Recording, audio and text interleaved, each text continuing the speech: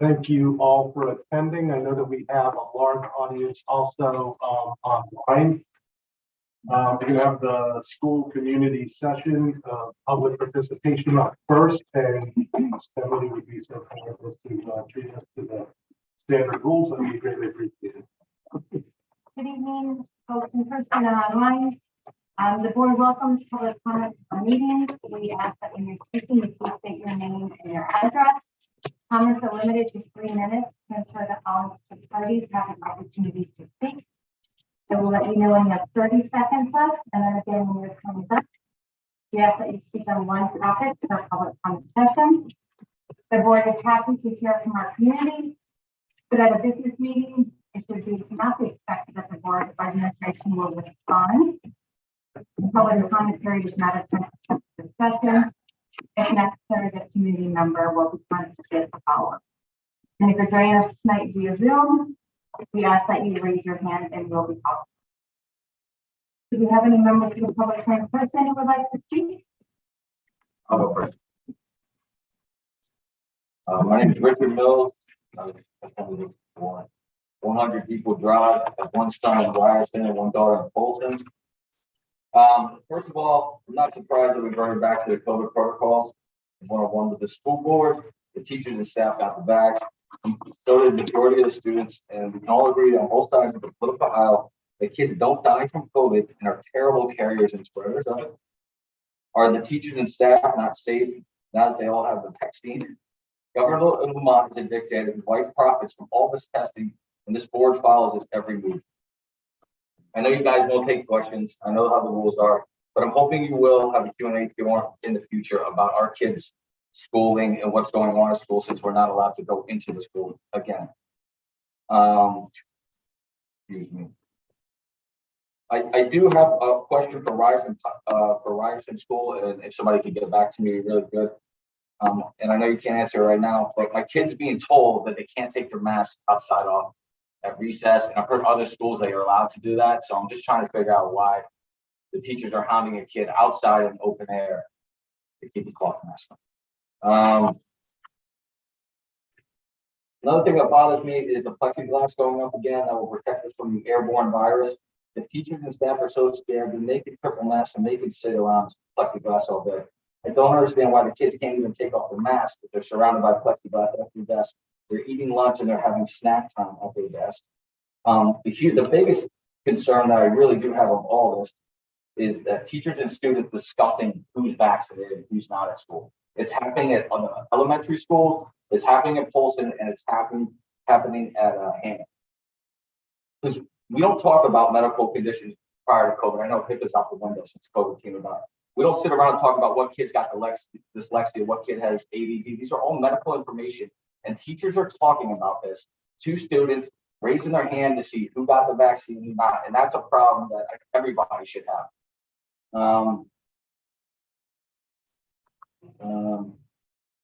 So, and the main reason why I do have a problem, or multiple reasons, is because now we're segregating kids for who's vaccinated, who's unvaccinated, and why they're not vaccinated, who's vaccinated, who really cares personally. But so now we're setting kids up to be ostracized at school, just like we're doing when the kids that are vaccinated have no symptoms, still have to stay home for 5 days, but vaccinated kids get to go back to school right away. I think most of us, go ahead. 30 seconds. Oh, 30, I didn't know, I didn't see the clock. I didn't know it was on time, I'm sorry. I'll make this quick then.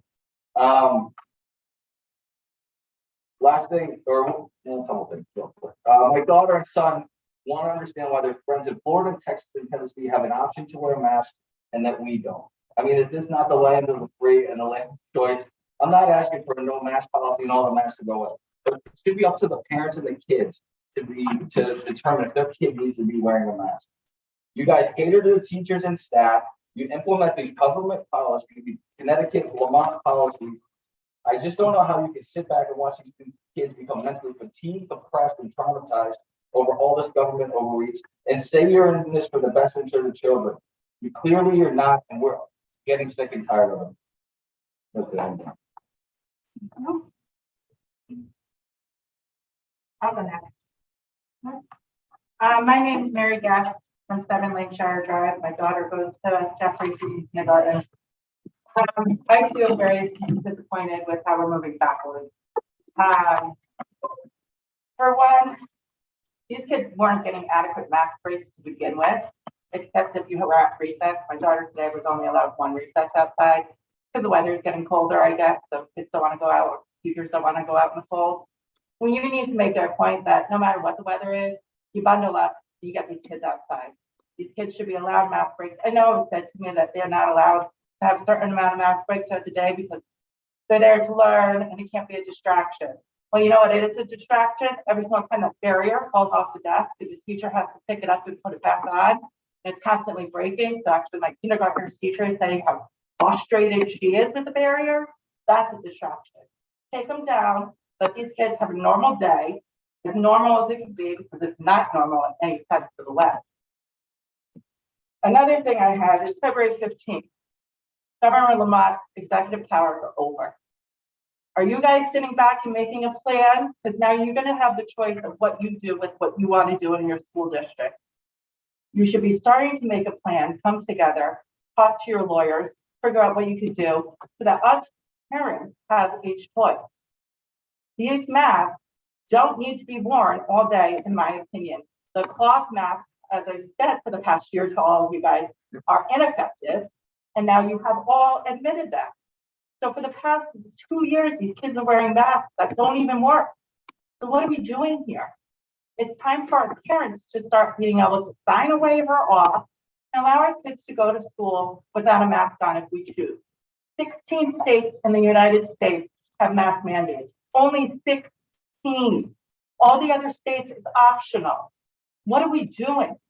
When Lamont lets his powers go, if Lamont lets his powers go, it's your turn to start making choices on your own.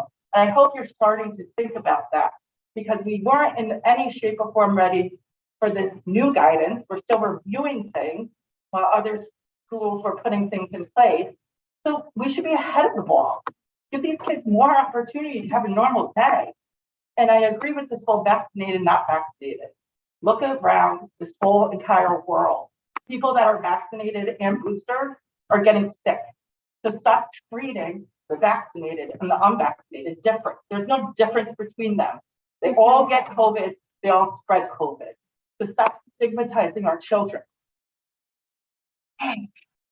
Sorry, I get very heated. So I'm basically, I mean, we're constantly moving forward, backwards, forward, backwards, forward, backwards. Nobody knows what they're doing at this point, and it's at our children's expense. I, for one, am sick of it. And if these aren't going to end and other protocols not going to end, let us know so we can start planning for our kids' future. Because this is not what I want.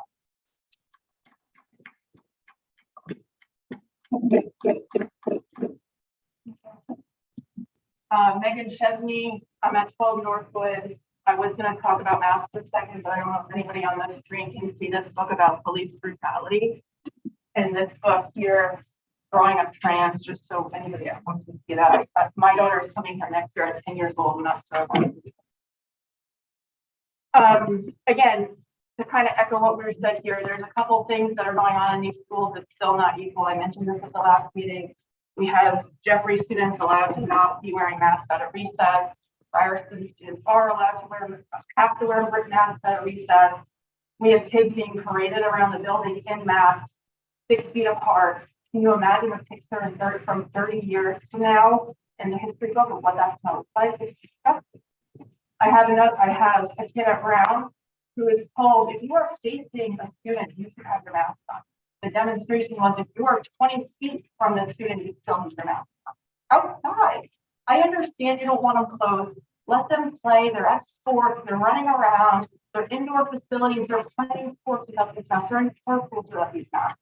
It's just getting to be a lot. My third grader said this has been the worst week she's had at school. She can't see her friends from other classes.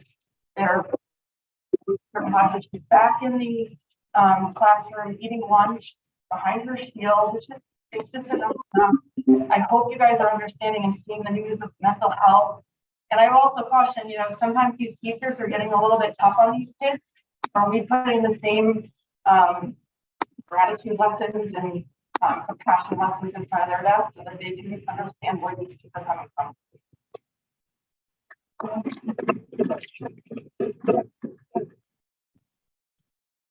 Do we have anyone, we'll take a break and just see if there's anyone on Zoom, Wendy? We do have one person with their hand raised, Natasha. Natasha, do you?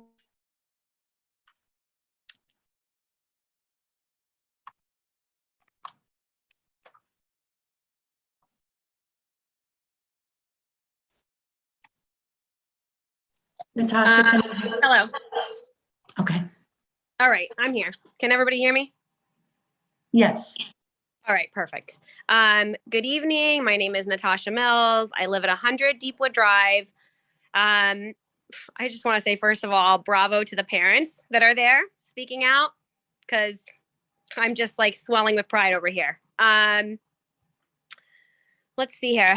So I definitely applaud the efforts of keeping our children in school and in person, because as we know, the online learning was a complete and total failure. However, the current environment surrounding their learning is toxic and harmful, to say the least. With the newest regulations to once again attempt to mitigate something we have now been living for almost 2 years is ridiculous, still ineffective, and downright ludicrous. Plexiglass, mask up to these kids' eyeballs, inside and now outside at recess as well. Lunches in the classroom for certain schools. New announcement that you and your staff have created an environment where teachers are constantly reprimanding children on their mask usage is not only annoying, but damaging to these children's mental health. Talking about COVID and vaccinations and masks constantly in a public environment is immoral, and it shouldn't be allowed anymore. Craig, you should be handing down guidance to principals and teachers about not having these discussions with their students present or around their students. I am certain that our kids know by now that they have to wear these muzzles. Quit obsessing about it, being over their noses or their mouths. Shouldn't the teachers be more worried about teaching math, reading, writing, etc.? Our kids simply cannot be kids anymore, and all of you are to blame. Shame on you. You are to blame because you're not fighting for these kids. You are to blame because you're not doing anything but by hiding behind your titles and blank stares and doing exactly as you're told. Meanwhile, I'm sure all of you, along with other teachers and parents, are out living their best lives during Christmas break and New Year's and all this stuff. But as soon as we get into school, the strictest protocols are in place for our kids, while children are at an extraordinary low risk. So why are we using the strictest measures on them yet again? As always, since this has been, since you guys have decided to self-protect with your business meeting proclamation, that will bring me to my next point. There was a discussion of possible Q&A. Is this ever actually going to happen as it was mentioned? Write down my question, and if you would like, I can provide my email as I demand a response. It's time for y'all to start answering us and not just sitting there. Also, why are there inequities among schools in our same district? Plexiglass at certain schools, optionals at others. Is this really about science? Or if it really was, wouldn't it be uniform across the board? Right? I'm going to provide my email in the comments if that's the way that you guys like to respond, because I want a response. I've had enough. Thank you.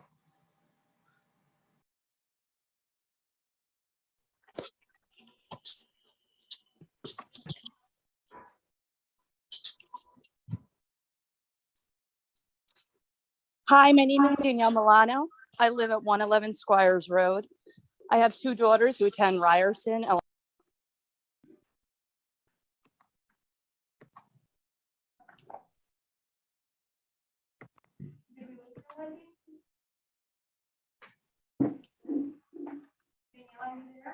Wendy, can you hear me?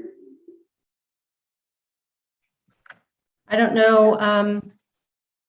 Her hand is raised. She was speaking. I'm not sure what happened.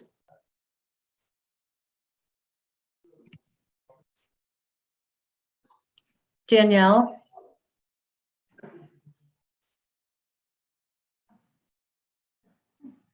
Danielle, can you unmute? Hello, could you hear me now? Yes, now we can hear Hi. you. Oh, okay. Hi, good evening, everyone. My name is Danielle Milano. I live at 111 Squires Road. I have 2 children in Ryerson School. I totally agree with what everyone's discussing with the mask, so I won't even touch that. So I wanted to know why parents can't have access to the Destiny Quest, which is the library catalog program for all the schools, and a list of books that's in their classroom libraries. As parents, we're not allowed into our children's environment, which is very hard as a parent to try to assist with their learning and not know what they have available to them. Or just like the 2 books that were raised in the library tonight, that's broadcasted. I would like to know what else is in there, probably make our head spin. Also, why are we unable to sit for a parent-teacher conference? That's a 2 to 3 person ratio after hours in our children's classroom. One of my daughters is having issues. I have to jump through hoops to see if I could even meet with my husband, with her team. Still don't have an answer, but it's okay. You're in the library, which I'm assuming the kids can't even use right now, because I know Ryerson, books are on the cart again.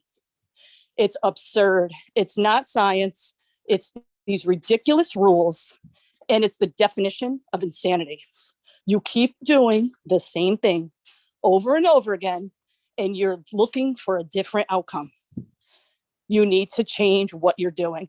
And Dr. Cook, I hope you man up, and instead of looking for assistance and guidance from Lamont, you back these kids. I really do, because it's going to affect them and impact their lives. My daughters come home, they had the worst day today. They couldn't play with their friends, math.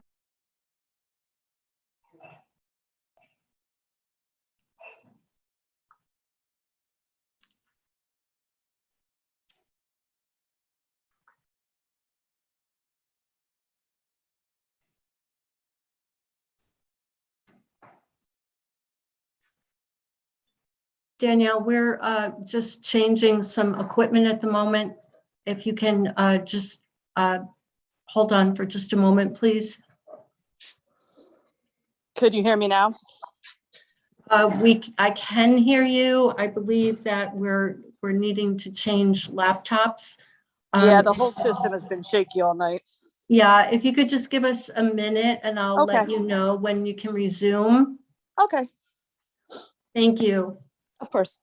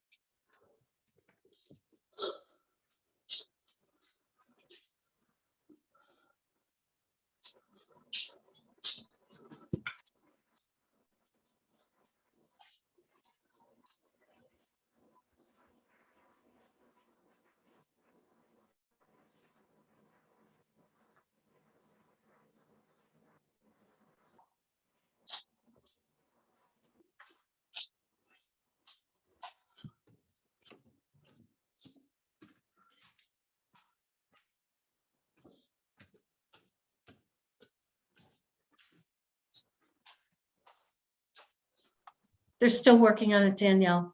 We haven't Okay, thank forgotten you. about, we haven't forgotten No. about you. No, it's okay, thank you. You're welcome.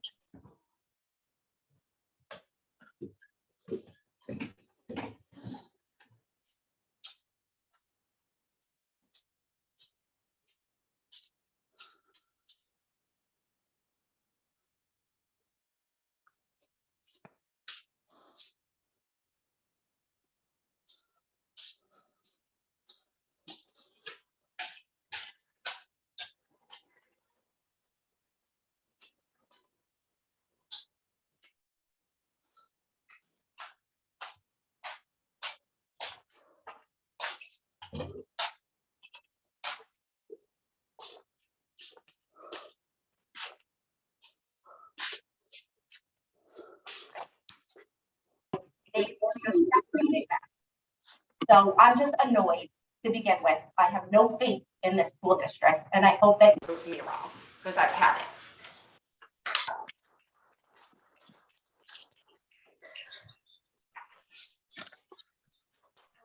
Okay to go back online, Wendy? Yes, if we can let Danielle continue.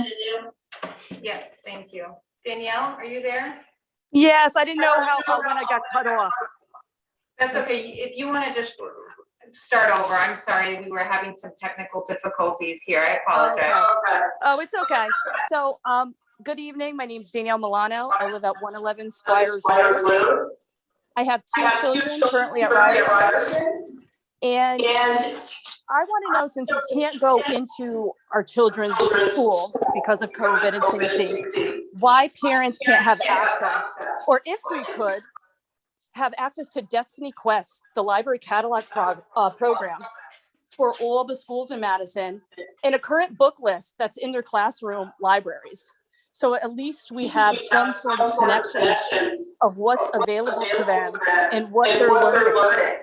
Because it's so hard to not have anything. You can't go in their classroom or anything. And just let the books that were picked up in the library and brought right out there. I would like to know what is available that you're giving to my children. And unable to go into our school for parent teachers for a 2 to 3 ratio after hours. But you guys can do a board meeting in the library. It's the same thing. It's actually worse. And probably I'm assuming the library is back on the cart again. Because I know at Ryerson, all the specials are back in the class. It doesn't make sense what you're doing to these children. And I'm sick of it. I want Dr. Cook, I want you to man up, do your job, stop looking for Lamont advice. Because for your salary of $250,000, you should be thinking of other things to do for our kids. Because we keep going back and learning the same thing. Masks, sanitizer, all the dividers, and with the same result. It's the definition of insanity. Nothing's changing and we need something else. You know, I applaud we're back to school. I don't want this to be a negative conversation because I do think Madison got them back to school quick, and I appreciate that. But my daughter is one of them is struggling. At Ryerson, my husband and I wanted to meet it with the teacher, her reading coach, so we could sit down and make a plan. Jumping through hoops to even see if we could set foot into the school. It's ridiculous. Why could you have a Board of Ed meeting and the same thing? It's after hours and there's more people in there. It makes no sense and it needs to be straight across the board. It's not fair at Ryerson. My kids can't take their mask off outside. The parents are yelling at them if it goes below their nose. Other schools different. Same thing with Ryerson. Jeffrey will have holiday fairs. Ryerson, nothing. And how did Christmas miss the 2-week holiday festivity list?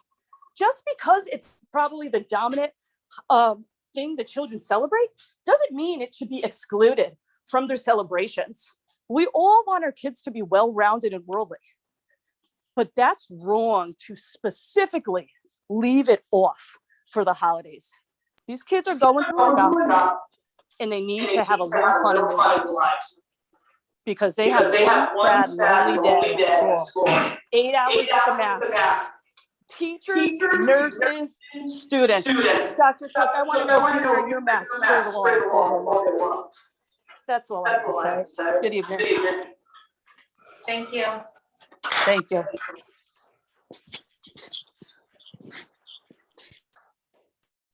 Emily, we have another person, Okay, go ahead. Matt Gordon.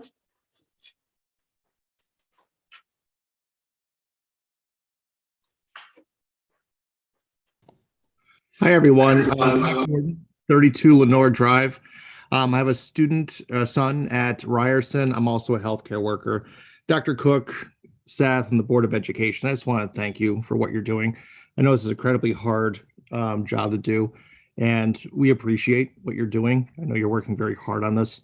And the majority of parents, I believe, in this town are thankful for what you're doing as well, too. And Craig, if you want to set up, a parent field trip to the hospital, I'd be more than happy to help that out for you. Thank you. Thank you. Public end. Is there anyone else online still? We have me in the line. Oh, I'm sorry. No one else has their hands raised. We do have a few comments. Let me just go through them quickly. Mostly about the sound. We do have one comment. When do comments and questions get answered by the board, and how?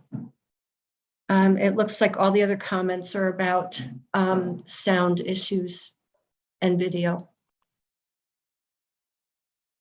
Is there anyone else in person who hasn't spoken yet who would like to speak? Yes, in the way back, and then I'll let you. No, go ahead. I just had a question. You want to take this question? I'm going to be quick. Sure. Travis Hamill, 66 Bower Road. When are you going to answer any of these questions? Can you answer that question? So as I said in the beginning, it's a business meeting, so it's not. No, I understand that. But when are you going to answer these questions Typically, to all the people that have asked these questions? after meetings, sometimes we'll send emails to people. who have Sometimes? questions. What If do you mean that's some- a question, then we will answer in the email. Sometimes. Like, it depends on whose question you like. No, it's a FOIA thing.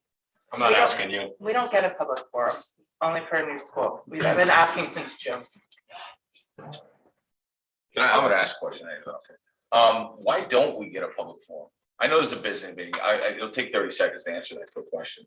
Well, why can't we have a forum? Why can't we have the Matt Gordons and the people in this room get together and ask these questions and really get some serious answers, and not just go based on, everyone shake their head, I don't really care, it doesn't bother me.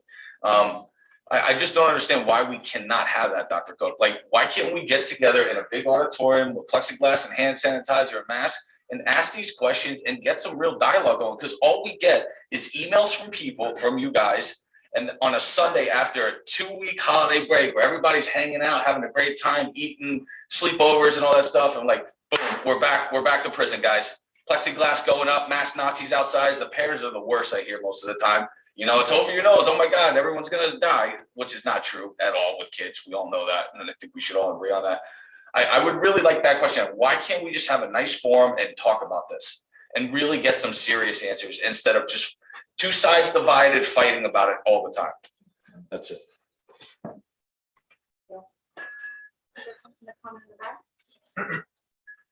I mentioned the same questions a couple of weeks ago. Again, my name is Ben. My wife actually spoke a little while ago. I'm at 111 Squires Road. It seems like that the policies that you're putting forward, they may be great, for maybe even more than 50% of the children, but there's some children that they're not working for. And all these children are not the same, and we can't treat them the same. That's why they have parents at home that love them, that care for them, that raise them. And I think I can only speak for myself, but I feel like my rights are being taken away and my children are suffering. So I feel like my children come home specifically today, because I guess everybody's on high alert, mask, to this, to that, whether it works, whether it doesn't work. I would like to make those decisions because my children are struggling and I feel helpless because I can't help them. It's very hard for me to teach them a way to live at home, to teach them how to be good children, to teach them how to be Christians. And then the school is showing them something very different. And well, who's right? I don't want to tell them to disrespect their teachers. I don't want them to tell them to talk back to teachers. So that's, I think, getting back at, we'd like to have a forum so where we can speak. Because I think we probably have a lot in common. And I think we could reach a common ground where we could have the children be safe, we could have them learn, and everyone could do well. I think that's what we're all looking for, right? This is our future. But how does these children today, they're going to be the future in 20 years. They're going to be sitting where you guys are sitting. So hopefully that they're going to get the proper education so they're able to do that. Thank you.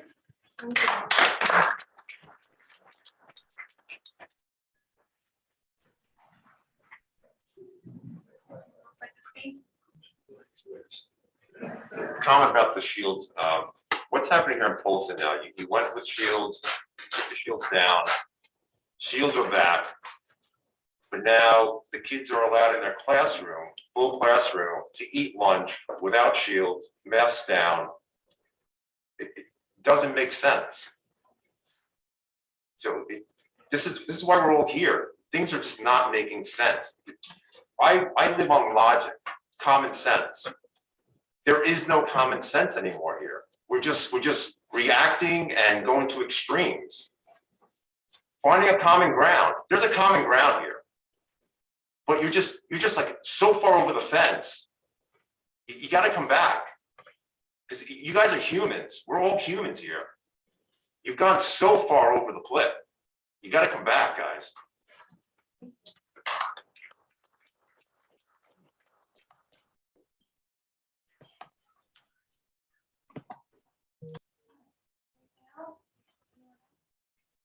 Yeah, I'll go. This is my first time. I wasn't planning on saying anything, so I wanted to see how everything worked before I opened my mouth. But I don't know any of you. I live in Fieldbrook Road. We got 2 kids in Jeffrey, 8-year-old with asthma, 6-year-old with bad anxiety. So you can understand his PhD with kind of what they're going through. But anyway, this is to you guys. They're not going to listen to us. We all already know that. I'm a veteran. I taught psychological warfare for years. I know we have other veterans in here. Moms, it's on the moms. They know that men are psychotic and confrontational and like to flip out and get physical. The one person who's stronger than the men is the mama bears. We all know that. So what I really think we have to do is, because we know that strength in numbers, the more people we get here, the more times we flip out in a loving Christian way and not go crazy, it's got to be the moms. That we can sit here and argue and scream and call these people cowards, which they are, we know that. We can do that all day long, but until the moms continue to get in here, flip tables over and say, no, we're not doing this, until everybody rips the mask off at the same time, that's just the way these things happen. Saw it for years, taught it for years. That's all I have to say. So what's the name So of nice one. Zach McBride, Fieldbrook Road, 2 kids in Jeffrey. I'm sorry, Mr. McBride, Patrick McBride, 99 Fieldbrook Road. Thank you. No political party, so.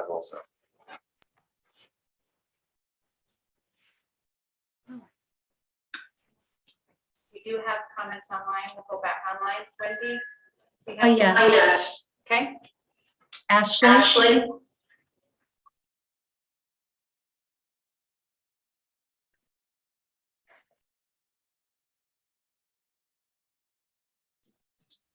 Hi, can you hear me? Yes. Thanks. My name's Ashley Mattiota. I'm at 71 Beekman Place.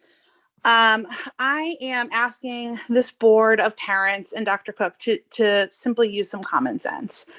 The plexiglass situation is ridiculous. I think any occupational safety expert would attest to it.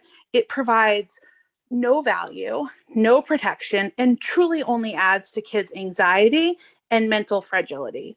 Kids are worried about staying within their little box and bubble in class. They're worried about knocking it over. My 3rd grader came home the other day and the plexiglass had been knocked over twice in class and it broke in the classroom and everyone was upset and distracted. It literally adds no value. It's ridiculous. It's virtue signaling, and I think it needs to end immediately. This truly is not about health and safety. If it was, the district would not be reducing quarantine times. I think we all can agree to that. The school system is failing our students. Vaccines are readily available. COVID is not going away anytime soon, and neither are the parents advocating for their kids. So my question to this board is, what is the end game? What is your plan for returning to any sense of normalcy for these kids? They desperately, desperately need it. Thank you.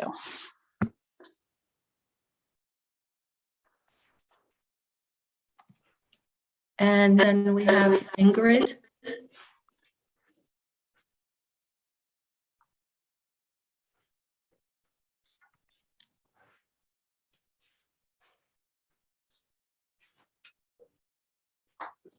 Ingrid, can you hear us?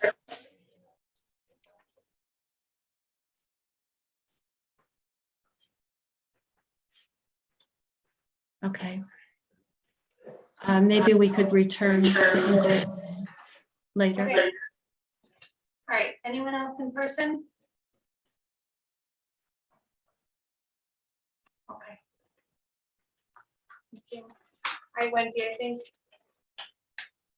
we're good in person if Ingrid is available.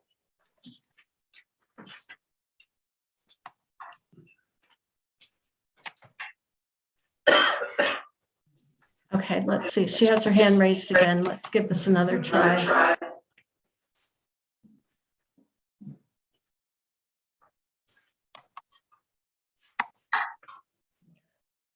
No, we just can't seem to connect with her.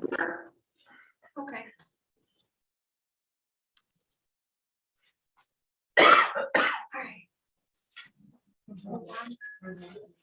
Okay. Thank you, Wendy. Thank you, everyone, for being here. We'll move on with the agenda. Thank you all for coming and sharing your thoughts with us. The next item on the agenda is the Board of Education Student Representative Report. Isabel and Lucy, are you online?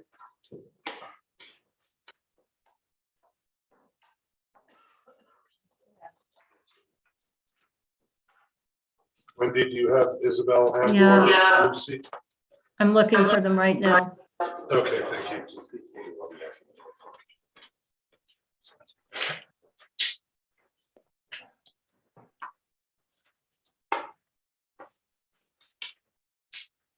Isabel or Lucy, if you're here, could you raise your hand?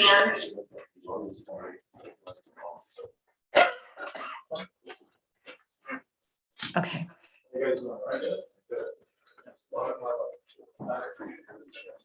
We're not gonna stop talking about this, so. Okay, here's Lucy. Hi, can you hear me? Yes, thank you. Sorry about that. But so we just wanted to say hello. Isabel is coming back from her first ever ski team practice, so I'm just taking over for tonight. It's finally cold enough for the team to go skiing, so very exciting. But we just want to start off by saying Wellness Wednesday, which has been a success at school, was currently on pause. It's a difficult decision to make, but we realized that it was made an effort to keep the school at large open. And this will be reviewed on a weekly basis. Hopefully after the holiday time spike, we'll be back to Wellness Wednesday while maintaining the school's openness. And also on a positive pre-holiday note, chorus, orchestra, and jazz band had very successful performances last week. They performed before a full audience, not the recordings of last year, and there's a significant feeling of normal. And throughout the school, people have been wearing their mask over their nose, over their mouth, as both teachers and students have reported, which is good and helping slow the spread in COVID, as scientists have proved. So that's good news. And then we've had a relatively seamless transition back to school. In a few weeks for the underclassmen, we'll have the scheduling process for the 2022 school year, picking on our classes. So that'll be fun, looking at what we're taking next year. And our school counselors will be meeting with us very shortly, towards the end of the month, once the final college applications are in, to talk about the process and make sure it's as seamless as possible. Winter sports are still on. There have been some disruptions. Some games were canceled because of COVID, but efforts are always being made to reschedule those later in the season. And as I previously mentioned, seniors are finishing up their college applications this week. So very exciting time, final push. AP Physics, the UConn exam is tomorrow, as well as the Chem UConn exam, and multiple other UConn courses are finishing up in the next couple of weeks. So we're right back into the swing of things. Does anyone have any questions?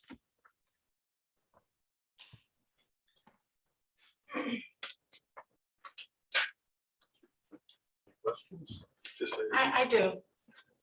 How is everyone's mental, how are they feeling back in school?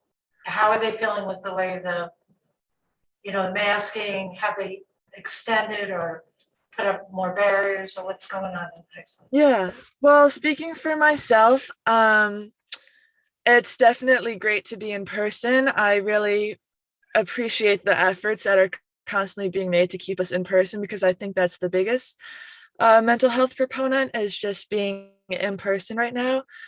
The masks are, well, they can be seen as a distraction. I think people need to look at how they're essential to keeping us just safe and in school.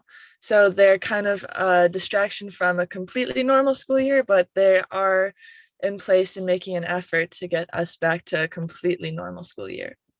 If that answered your question.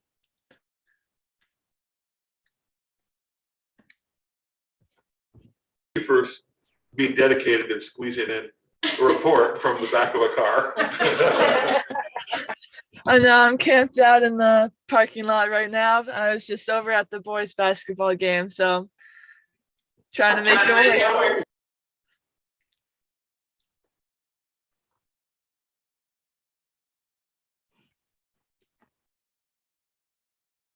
Thank you. Well, you don't need to stay with us. You can you can drive home now, and we'll move on to the next item on the agenda. Thank you. Thank you. So the next agenda item is the superintendent's report, and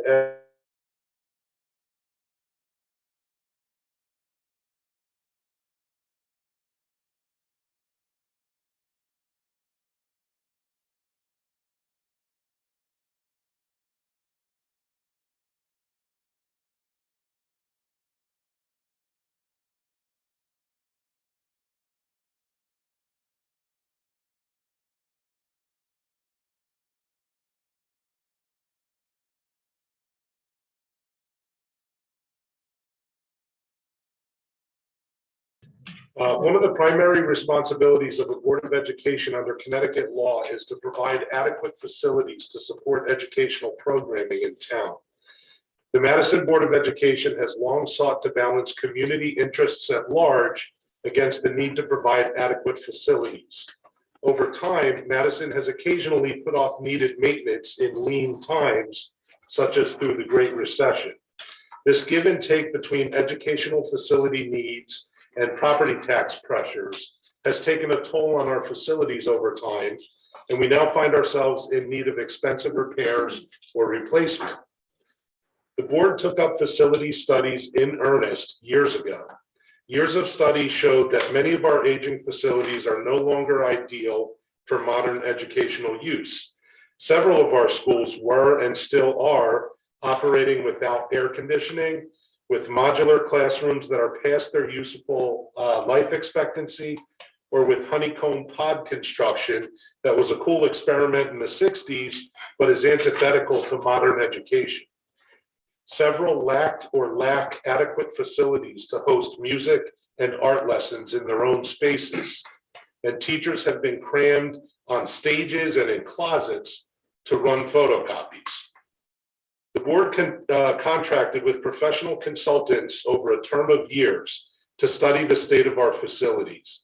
In 2016, the board gathered input from the public in order to formulate a plan for construction and renovation of schools.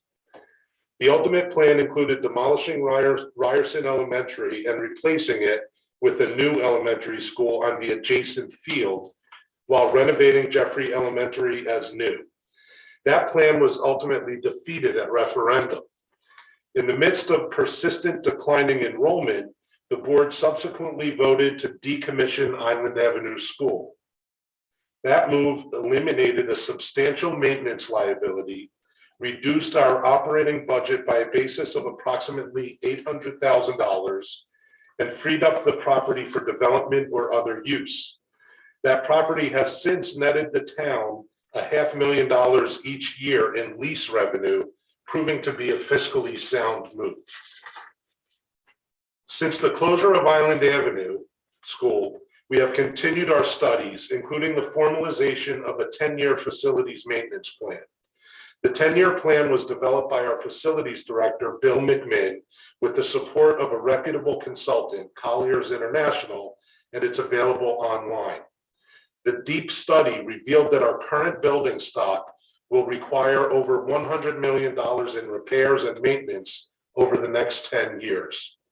At the end of that decade, we would still be left to start the maintenance plan all over again with buildings even 10 years older. And those buildings would still be inadequate for modern educational needs. It is important to understand what brought us to the current school renewal plan, because the history addresses some of the concerns that citizens have raised. We tried to build a new elementary school adjacent to Ryerson, and that plan was blocked at referendum. We looked at building a district-wide elementary school on the Green Hill campus, but the Tri-Board Commission heard the concerns of the northern residents and devised this equitable plan to keep a neighborhood school for our youngest learners up north as well. The current plan is a very thoughtful response to what the voters told us at referendum in 2017 and since. What's more, the town certainly can't afford the alternative, which is a $100 million plan that does not move the ball forward at all in terms of modern educational spaces. I encourage folks to take in the upcoming presentation with the foregoing context in mind. The Board of Education and the Tri-Board Commission have worked hard to develop an excellent plan that addresses the concerns of all stakeholders, not the least of which is the taxpayer. It is a strong plan that will improve education, save the town money over time, and improve property values. The Board of Education commends this plan to you for your strongest consideration. Thank you. Dr. Cook. Thank you, Chairman Class, and thank you to the board. I have a presentation tonight. You all have copies in front of you. Will be online tomorrow. More detailed presentations are available along with videos online. If anybody's starting kind of to get familiar with the process, I'd recommend you do start there, because I will be relatively brief tonight and go through really what's new and then some highlights of the plan. In terms of what's new,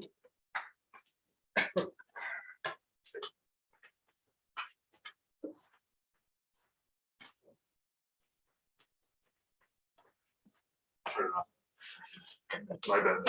All right, so what's new? The land purchase has been approved. Again, I want to remind the board and the public tonight that that land purchase is contingent on successful passing of the referendum. So if the referendum passes, the town has the ability to purchase the land. If it does not pass, still has the option to do so, but it's not required to purchase the land. Our plan has received approval from all three boards in town. As Seth mentioned, it does have the full support of the tri-boards. We have held public forums in May and November where there's been a question and answer opportunity. We have updated enrollment projections and just today met with bond counsel, and we are expecting that on January 11th, the referendum will be scheduled. That is really new news, only a few hours old as that happened this afternoon. But the referendum questions have been drafted, and we believe that the Board of Selectmen will approve that on January 11th for a February 15th referendum vote.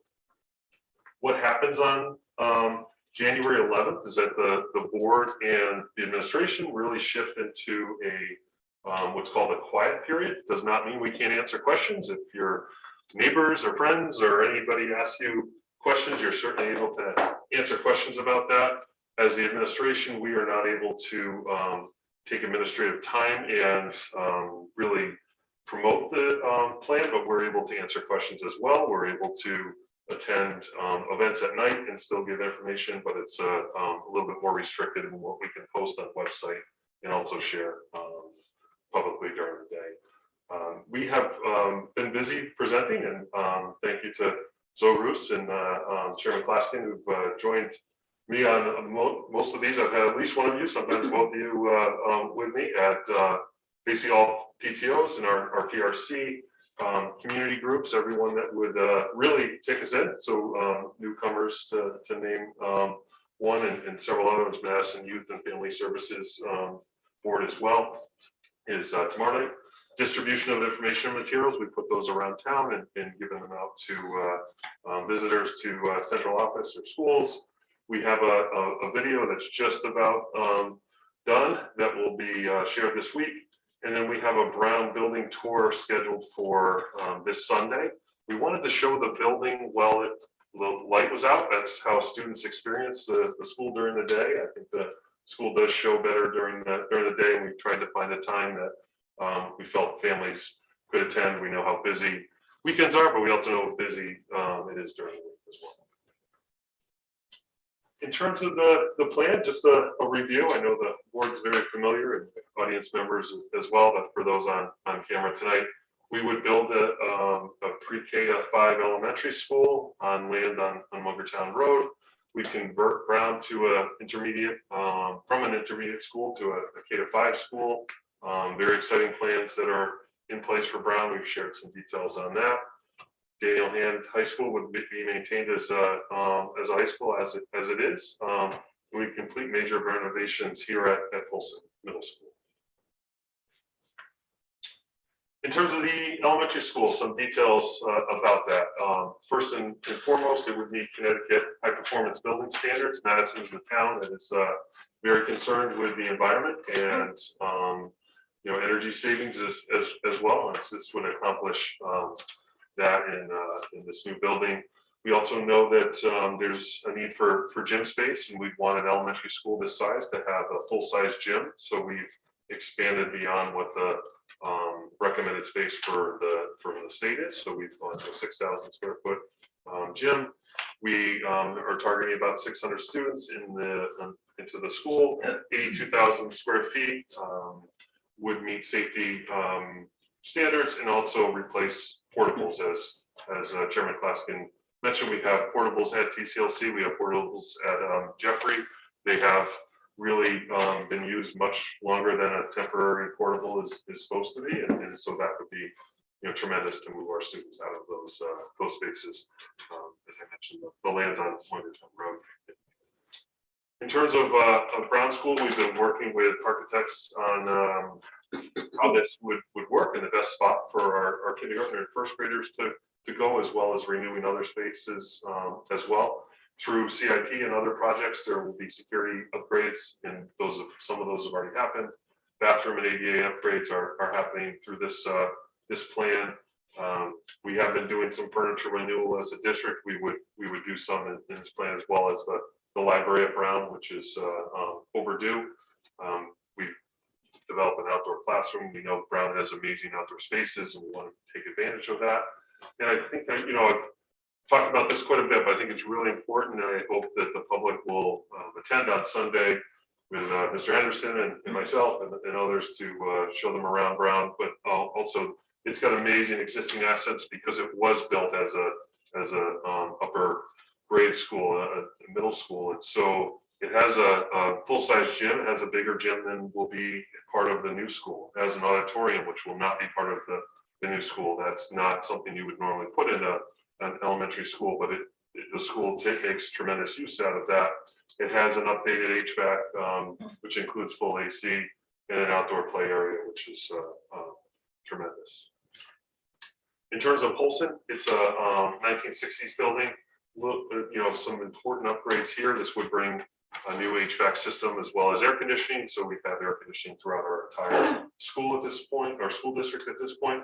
Our auditorium is in need of some upgrades and improvements, upgrading in terms of lighting and sound, improvements in terms of seating and flooring. And so that would happen and hopefully become a much more utilized community space. One of the costly pieces of Polson is the need to bring new electrical currents into the building. And so that's a big piece of the project that would need to happen before any of those things can happen.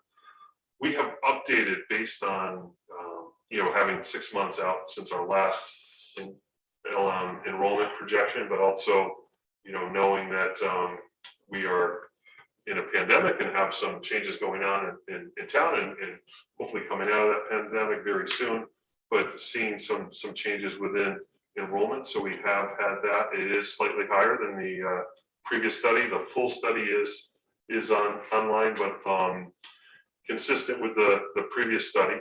It does show that we've kind of hit the bottom of our enrollment numbers and starting to come back. So after many years of declining enrollment, we're starting to see an uptick, and it's a little bit sharper uptick than previous. We would look within the referendum amount and the money set aside for new school to maximize as many classroom spaces as we can. As you do with any building project, you want some flexibility within the building. So when we look at classrooms within, it might be that 2 rooms that could house special ed teachers become a larger room that still would be targeted to house special ed teachers, but could be a classroom if we need it down the road. And there may be a potential as well to have classrooms at the onto the building to make sure we have the space available for any enrollment uptick. In terms of our 4th through 5 schools, similar story. Hitting the bottom of basically the enrollment projection and starting to see that come back up. Not to the numbers we had in 08 or 09. We do not approach those numbers during this 10-year lookout period, but we do see some steady increases. In terms of state funding, as the board knows, as the public knows, there is a portion of the cost that would be paid by the state. So we have to go look at 8 years out, and this enrollment projection is based on state accepted standards and how they develop that. We did a presentation last month on that. That's also available online if anyone is interested in that theory and how they come up with these numbers. But that is available for you, and we have to look at 8 years out, but we do 10 years to just see where we would project 2 years from now.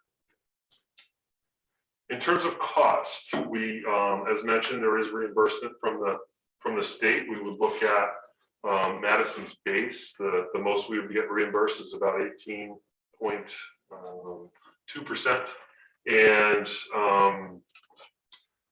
that would be reduced slightly by increased spaces that we look to build in terms of in the gym and elsewhere throughout the building, but we'd still be in about the 17.5 range. So we are projecting $10 million would be received from the state. I think it's important to note that that would not be the case, as Mr. Klaskin mentioned, with the $100 million CIP plan. We would not see state reimbursement for that. So we're getting some shared support for this project by doing it as a new bill. Yes. I just wanted to make the point that although we're predicting the $10 million reimbursement from the state, that on the referendum, that number is not reflected. So you will see the number of the 89 million and not the 79 million. Excellent point. Yeah, that is how it needs to be done, because if that state number changed at all anytime during the process, we have received the approval from the voters to spend up to the $89 million, but we would not borrow that $10 million. But that is a great point, that the question that voters will see when that's finalized would be for the 89.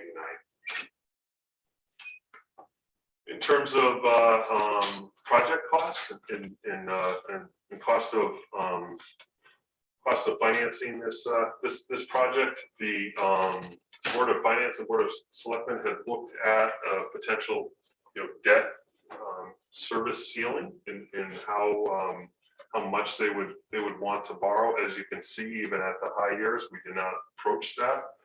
Madison as a town has been very well run fiscally and has ensured that there's not a lot of debt. They typically pay as they go. So that puts it put it as a town in a great place when you have to do a major bonding package that there's not a lot of other bonding in place that you're building upon. The line right here, the red bar, is the high school debt, and so as you can see, that's expiring over the next few years, mostly the high school debt. In terms of the cost of bonding, based on a $100,000 assessed value for a home. Obviously, the average home in Madison is much higher than 100,000. But that gives you some base for citizens to build off of. And so you can see, and because we borrow as we build, we don't borrow all the money up front. There typically be 3 or 4 bonding time points in the future where we would bond, and so it starts off on a lower amount and then increases as it goes, and then decreases in the out years. This is based on where we are right now. This does not reflect any other reduced cost or reduced bonding that's currently in place. In terms of the alternative, we talked a lot about that. I know the board has done a lot of work with Colliers, Bill McMinn and his team. I've been part of that for the last 13 months and been able to really see how that plan was laid out. As mentioned, there was a $100 million CIP plan in place. This really is in place of that, and there would still be $50 million of CIP work for our existing buildings. So Daniel Hand High School is over 20 years old. There's work we need to do on that building. There's work still remaining on Polson and Brown. As I mentioned, there was only addressing certain pieces of those buildings through this plan, but we'll always have CIP work ahead of us. How that works is each year we submit a proposal to the Board of Selectmen and Board of Finance on CIP. We discuss that. There's changes made throughout. Some projects are prioritized, some projects may be pushed out into the future. And so that's a yearly process that would go on, as we move forward, regardless of the outcome of this referendum. In terms of estimated cost savings, I think we're being very conservative here, but we want to be sure that we are accurate in terms of our projections. There would be electrical savings, as mentioned. Transportation, we would have one less site to drop off, and then one less drop off and pickup time. Staffing, because we're seeing increased enrollment, we're not seeing decreased enrollment as we may have in the past when a school was closed. We do not anticipate there'll be major staffing reductions as part of this. We would take all the modules off and reduce our district down from 6 sites to 4 sites, which makes us more efficient. We have shared lots of information on why this is good for staff, students, the community, taxpayers. As I mentioned, we've been out sharing a lot of information over the last really almost a year, and trying to answer any questions that there are. There's an ability to email questions in and share any thoughts. We as a town have heard a lot of great thoughts, opinions, support, some concerns, and I think we've been able to have good dialogue and question and answer periods with everybody. So just a reminder, the referendum is coming up Tuesday, February 15th. 2022.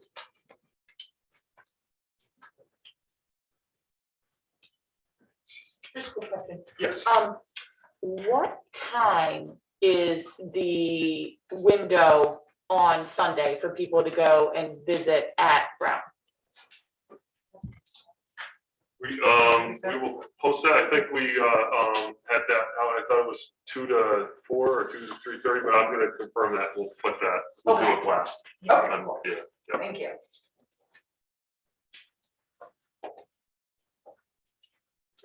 Just to point out, especially for the current parents of students who will be rising, who will be going into the Ryerson, into the Brown School building, that would be Ryerson parents. But if the plan were to pass a referendum, would become Brown Elementary School parents. We do encourage you to come to the program on Sunday to really check out the building, because there have been some concerns that you're getting a building that already exists instead of a brand new building. But we think you will be thoroughly impressed with the facilities and also with the concept for how we're going to build it out, should the plan pass. So, really to put your mind at ease that, you're really getting a first-rate renovated school for your children's purposes, and for your students, I think would be very helpful. So please do avail yourselves of that opportunity.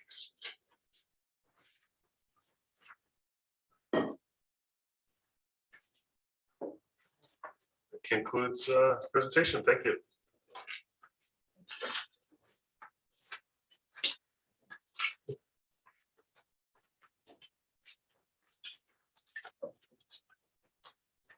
Okay, the next piece is budget assumptions that is in your packet. We have discussed that with the finance committee. We recognize we are a little late on this in terms of timeframe. It's unusual we'd be presenting that or sharing that with the board in this manner on the same night we're sharing the budget proposal, because it's kind of like flipping to the back and or opening your Christmas present early. You want to see the real budget. You're not as interested in the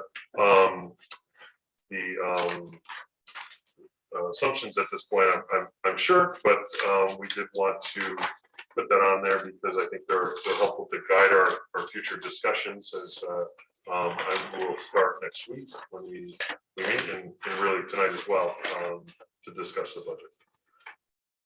Yeah, on that, I just wanted to point out quickly that although, as Dr. Cook pointed out, we're a little bit behind in our budget assumptions as compared to usual, blame it on the pandemic or whatever.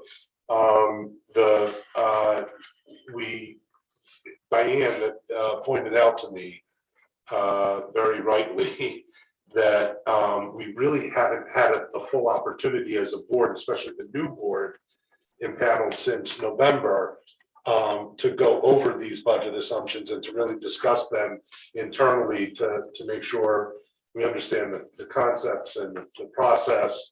And so we think it would be a good exercise to not vote on the budget assumptions this evening. And we'll make a motion later to not handle that as an action item, but to table it instead, so that we can have an opportunity to meet as a board in a workshop format to discuss the budget assumptions the way we typically would in, say, October. And so, but I still think, and I think Diane agrees, and I think many of you would agree, that it's still a worthwhile exercise, especially for the new board members, to understand what the budget assumptions are, how we got to that document, and how it impacts the direction of budgeting in town. So look for us to, when that comes up as an action item, to table that. And then we'll have to meet very quickly if we do want that document to be voted on next meeting. And we can meet by Zoom. We'll post a meeting when most people, if not everyone, can be available. And then we'll vote on it at the next meeting. So it still has some efficacy in terms of directing any final adjustments to the budget that might be recommended by the district. Okay. Thank you.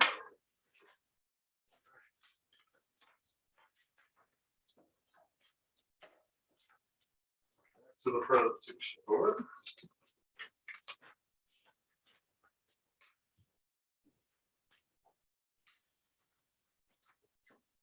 So we do have our administrative team with us tonight. They are online. I have Stacy Novitz with me as our finance director for the town. We'll help answer any questions and share some information, and I think she'll reference some of the information that was left at your table tonight. Now really does kick off the budget process at the board level. As an administrative team, this work really starts in early October. For Stacy, much earlier than that even, and for Heather Dodson, much earlier than that as well. But we have quite a few lengthy discussions with our administrative team as we start to build the budget process. We do assumptions as well as a good practice. And the principals at their buildings have detailed discussions with their staff. So they go basically to each department by department, and bring them together and have discussions on who needs what, and they make changes within their building. So for instance, the art department at Daniel Hand High School might have a need, and the science department might not have as many needs that year, and they'll do shifts within their budget to make sure that we have what the students need ultimately. We have a very student-focused process in Madison as we've gone through. This is my second budget. I was fortunate enough to be involved in the process before, even starting last year, and then being able to pick up when I started in December. So I've been very impressed with how really we put students' needs first as we go through this process. In terms of what we're going to share with you tonight, a little bit about the budget process. I basically have done that. Personnel and benefits, which is the biggest line items. I mean, when you look at a school budget, 70 to 80% of all school budgets are personnel and benefits. It's really what takes up the bulk of the budget money.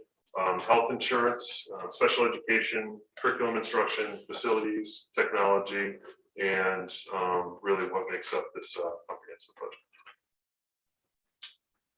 In terms of where we landed, so we want to share this first, and then we'll revisit this after we review those line items. We landed at a 1.72%. I think we're very understanding that we are still in difficult times, that our citizens in town have had a couple of years of some difficult times during the pandemic, and we want to ensure that we keep our number low, as well as we at the same time are going through a referendum process, and want to be mindful of the taxpayers in town, the impact that a budget and a referendum at the same time have. Also, I think we want to be very upfront and recognize that last year around this time we started to hear about grants that were available to the board. I think we made a great use of those grants, and we're already at that point where we're coming off some of that grant money. We'll see some of the impact of that as we go through. We had planned for that, so I think that 3-year plan as we go through this current year being year one, and reducing the amounts that we're relying on those grants. And it's important that we don't get to the end of those 3 years and then kind of have basically a cliff of financial costs. So that was very fortunate. Many of the things that were included in that grant funding and costs were things that you would have been seeing in this budget. So the social work supports, the additional classroom supports were things that we would have been asking the board to support, but we were able to do so through the grants, which has been very helpful. Where we stand in operating costs, each year we look at where enrollment is landing and what we have to address.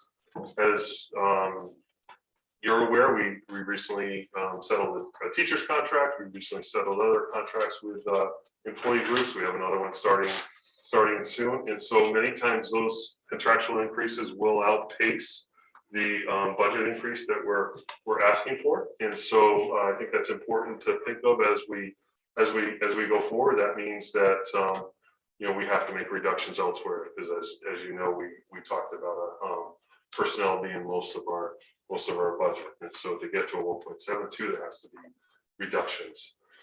We are proposing to reduce 2 paraprofessionals based on the discontinued elementary positions. So this year we have 2 kindergarten classroom positions that are paid out of a grant. Those would not be here next year. We would then not need the paraprofessionals that go along with it. So decrease that. We would also reduce 5 special education paraprofessionals, special assignment paraprofessionals, excuse me. And the reason we are able to do that and proposing that as an administrative team is this year we haven't been able to fill all our paraprofessional jobs, as you know. And so currently, as we are here tonight, we have 10 openings. And so we've had to look for different ways to do business. And we expect that to continue. We understand that more people are coming back to the workforce, but I don't think that's going to change any time soon. And so as we have, learned to, provide services to students in different ways, we feel we can continue with that in some, number for next year. I think it's important to note as well, this would not mean that there's any reduction in anybody's job. These are open positions, so any of the 2 kindergarten paraprofessional positions, which are currently staffed, they would be offered a different job for next year. And we usually have some attrition during the summer anyway, so we do not anticipate any layoffs through that. We are fortunate that an early retirement program that was previously offered, there was a reduction in that amount. And if returning board members, or if you looked at last year's budget, follow the grant process, at the end, we had to make some reductions to our budget. One of the things we put into the grant for 1 year was building-based substitutes. That is really the only way we can deliver services right now. It is not realistic for us to have a daily sub list where we, as we've done in the past, tell people we will call you most days, but there'll be days where you don't work. Anybody in that scenario that wants to work is able to work as much as they want. And so when we can offer somebody to come in every day and go to the same school and be working with the same school staff, they are enjoying that. Lots of times it's people who want to be teachers, and so it's helpful to them as well. That's worked great. Principals and teachers like that better too, because they have the same person taking over their classroom or being able to help out. Very important coming out of the pandemic, having paused for a couple of years on curriculum writing cycle, that we resume that. The ask is going to look at it, that our curriculum is updated in every course, every subject area at the high school, and so it's very important. It's one of the key things and a major point of this budget that we are asking the board to support. And then as well, we have some personnel budget assumptions, some additional positions that we have asked for. In terms of what that means for cost, all of our contracts, net of some grant savings, is $741,000. That is less than what you had seen previously in the contracts that were approved. We are eliminating 7 positions. That does not include benefit costs, but that is a conservative estimate of what that would be. We know for sure that there's $169,000 of yearly early retirement costs that we were paying that we will not have to pay next year. We add the curriculum-based substitutes for $128,000, the curriculum writing cycle for $108,000. When you look at the budget assumptions, it's $109,000 total. That includes a math coach. The curriculum committee saw a presentation tonight from our math coaches and our math supervisors, and really heard about how many teachers they were each working with. One teacher in particular works with about 30 teachers, and so that's difficult on a coaching cycle. We would like to be in a position eventually where we have as many math coaches as we have language arts coaches. So this would bring us 1 less than that. So 2 more math coaches would bring us in line with the staffing there. We've talked a little bit about the AP test support at Daniel Hand High School, and then advisors for coordinators to work on programs at the high school. And non-health insurance, we have pension payroll increases of $60,000. In terms of the math coach, as mentioned before, this would support new programming for grades 6 through 9. That's a very delicate point of a student's math career where their math is certainly getting harder. We get to a point where home is not able to help as much. We want to make sure our teachers are able to get as much support from a coach as possible. And so this would provide math coaching K through 9.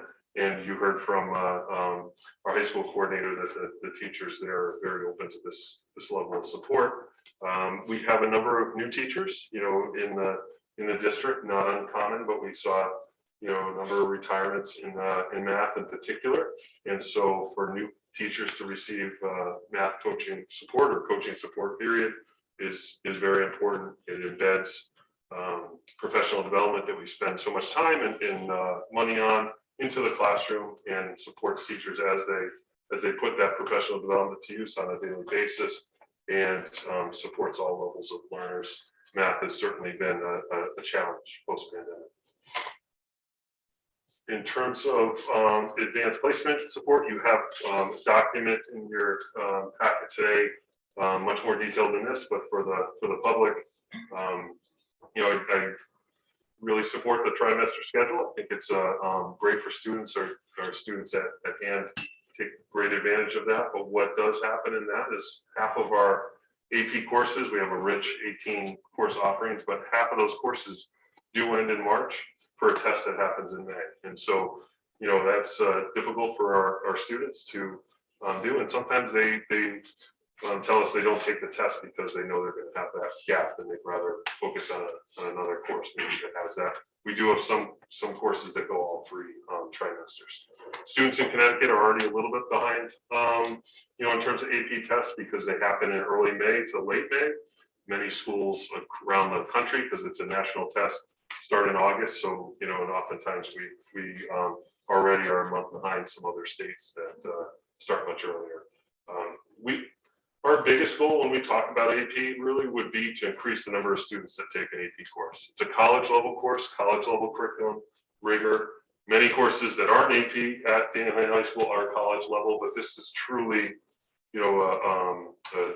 viewed as from the outside and internal a college level course. So it's important. I would love to see us get to the point where we have a very high percentage of our students at Dana taking at least an AP course throughout their career. What happens now is we'll have one student take 5 courses of AP, sometimes even in the same year. I'd like to see us have 5 students take at least 1 AP course, kind of replace that, but still encourage that students to take 5 if they're really up for it. We want to increase the pass rate because that's important for our students to do well on the test, and sometimes we don't get to all the materials before the test. We have a pilot going on this year. We're excited to share the results of that with you when we get to that point. And we have reached out to our neighbors in Guilford because we know districts have been successful in partnering around this, and then also students get different experiences from other teachers as well. They were very interested in having discussions around that. In terms of health insurance, this has been an area where recently we've been able to come back with a 0% increase or very close to it. This year we have a modest increase, but any increase in health insurance ends up being a pretty big dollar amount. So, if we were able to deliver that 0%, this budget would be $200,000 less. I think we do a great job in negotiations, working with our employee groups, trying to keep health insurance down. We bid our health insurance carrier this year to see if there's any savings on that. And we do a lot of work, Heather and Stacy do a lot of work to try and keep this number down. But if you look at other districts, that's really a great place. You see increases of 10, 15% oftentimes in districts, and we are very fortunate, but it is more than it has been recently. Which in some ways isn't a surprise. We expected people to go back to the doctor after time of not going to the doctor during the pandemic. Really another success story in terms of budget costs and what we've seen in the past here in Madison and other districts is our special ed. We've done a great job of keeping students in district, programming for our students, keeping them here in Madison, which is our goal. So when we look at external placements, next year, we're predicting a $160,000 increase. That oftentimes is reflective of the outside agencies increasing rates. They do that really without much negotiations with us. So a 2 or 3% increase from outside agencies adds up pretty quickly. But Dr. Battaglia goes through student by student and knows which ones are aging out and knows which ones may be outplaced next year, and has really refined that number throughout our budget work. As always in special ed, there's going to be adjustments. Transportation going up. Our ESS contract would increase tuition typicals, that's something you haven't seen before, but what has happened during the pandemic is we have not been bringing in as much revenue for our pre-K program. And so we wanted to reflect that in this budget. We hope we can do that. We hope we can bring more students in, but I think we want to be mindful that you know, has been something we've had to fund from elsewhere within the special ed budget the last couple of years because of the pandemic. And then we've provided you documentation of where the miscellaneous number comes from. There's, you know, a lot of sub accounts and special ed that make up that number.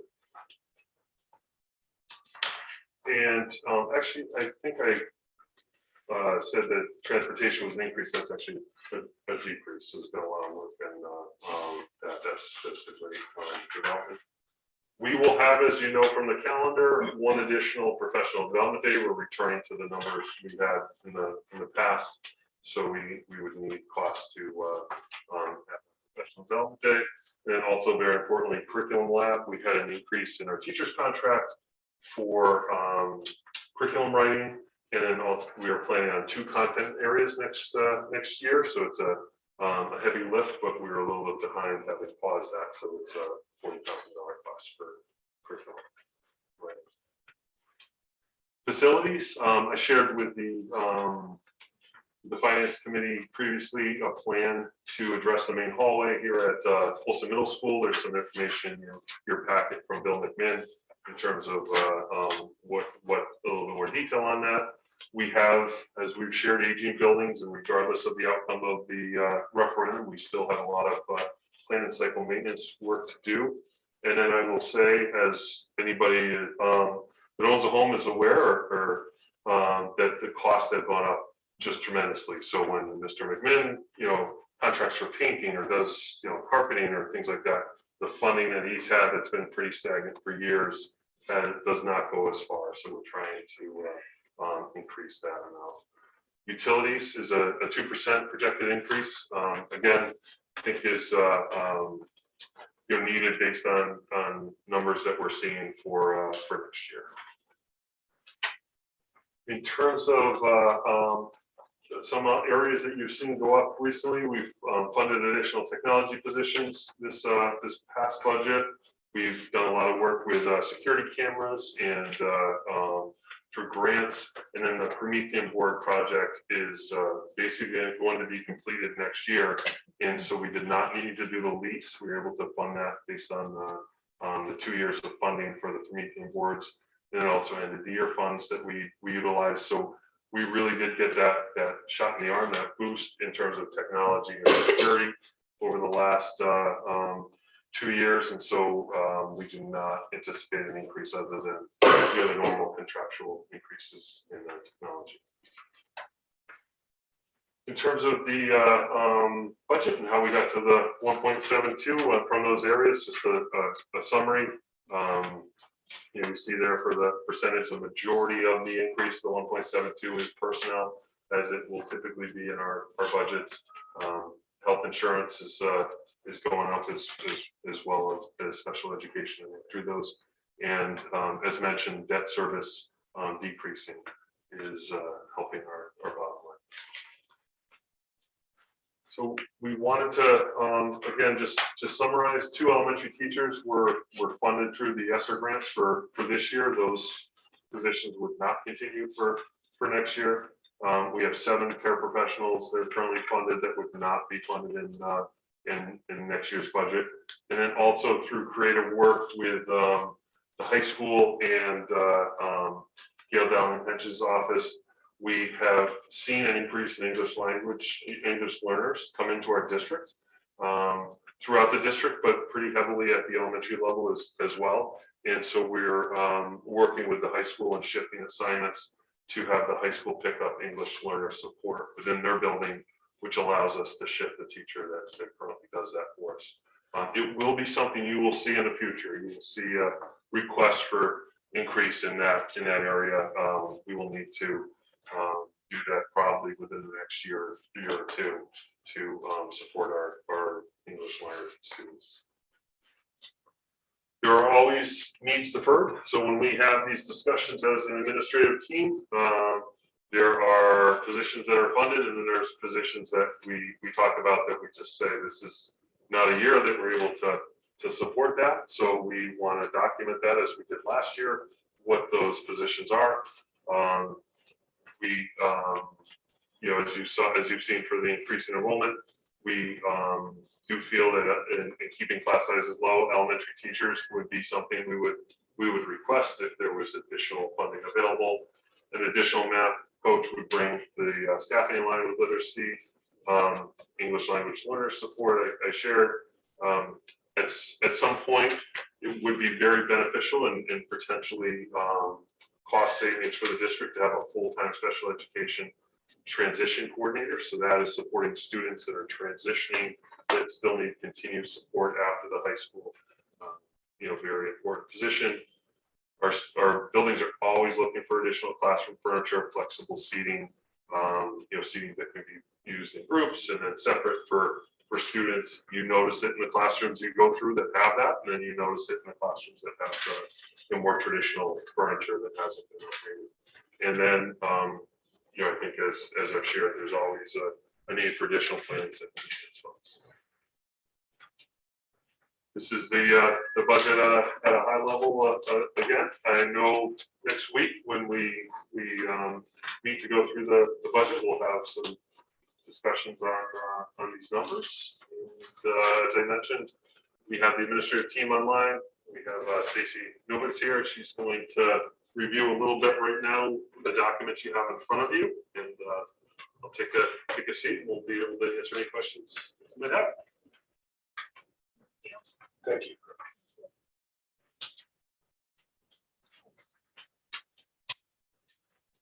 So I know you all have had our wonderful budget document for a couple of weeks. So my plan was to just go through it quickly. I assume you've already went through it, you're familiar with it. We actually got them today. Oh, okay. They were actually held at some levels for pickup. So, okay, so I can walk you through it quickly, just some high level pages, and then, as Craig said, next week, you know, we'll have a further budget workshop where we can go through additional questions. So I'll just walk you through some highlighted pages. So the introduction tab, I guess the one page that I was thinking to highlight was just the calendar, which is on page 4. So you can see that obviously have the workshop next week where we can take action, and if not, we will have an additional workshop on January 18th. And then we also. Sorry, Stacey, just talk up a little bit. Sure. Is this better? Sorry, if I move it forward, or you can move forward if that's easier, yeah, either. Okay, I was just talking about the calendar on page 4. Yeah. Saying that we do have the workshop next week, and if we do not take action next week, we have an additional meeting to take place on January 18th. And then we did list the workshops with the Board of Selectmen, Board of Finance, as far as presentation, as well as public hearings that are out there. Just kind of wanted to highlight that, make sure it's on everybody's calendar. The next few pages in that tab is pretty much the account structure. So this is our Munis accounting system where the reports in the rest of the document are listed, and this is kind of gives you some kind of coding as far as following the account structures for the reports. The next tab, the budget summary, these 2 pages are the most important. To me, the first page was in Dr. Cook's presentation, just basically breaking down the budget for general ed, special ed, facilities, health insurance, and debt service, which comes to the 1.72. We have a percent change over the department as well as the percent of the total increase listed there. The health insurance, I did just want to highlight that does include a potential reduction for the RIFs that were included that Dr. Cook talked about. Normally, we don't take advantage of that because we're self-funded, and it's based on historical claims. However, since there are 7 positions, we decided that we probably should take advantage of that savings. So that if we did not, that number would be higher than what you're seeing right now. So I have a quick question regarding health insurance. So we still have a Teamsters contract that is in mediation and hasn't been settled yet. And we have another contract that's going to be undergoing negotiations with the personnel committee. So when we don't have those decided yet, how can we have an accurate number with regards to the health insurance or, you know, any of the benefits that they get? So we make assumptions for salary, potential salary increases. For the health insurance. Like I said, it's based on historical claims because we're self-insured. So we look at the historical claims, our consultant builds in trends for that. And then we do tell them that, you know, potential assumptions that could come up, and they come up with an estimated projection for our upcoming budget. Yes, it could change. When we budget for that, for the health insurance, it goes into a reserve fund. So if the assumptions do change later on, we're not losing money. We budgeted based on these assumptions. It goes into a health insurance reserve. If things change, it will just be reflected in the future years in the balance in that health insurance reserve fund. Just because having sat on the personnel committee, I know that there can be quite a bit of difference when you're negotiating those benefits, depending on the size of the group. And I don't remember offhand how many are in the Teamsters, but and the other group that's coming up as well. So yeah, we do our best. You know, we can only, you know, work with what we're trying to assume at this point in time. But yes, things could change. But again, what we budget goes into a reserve fund, and that's where the benefits would come out of, and that would just be rolled forward to the following years. Well, and we also tend to budget conservatively into that reserve account as well, because we typically don't find out our actual pricing from our experience, because our experience isn't reported until like March, right? So it's well into the budget. Yeah, to that point, that's true, as well as the Board of Finance has a regulation that we budget based on historical claims at 125%. So we are very conservative. We overestimate on what we're putting into that reserve fund.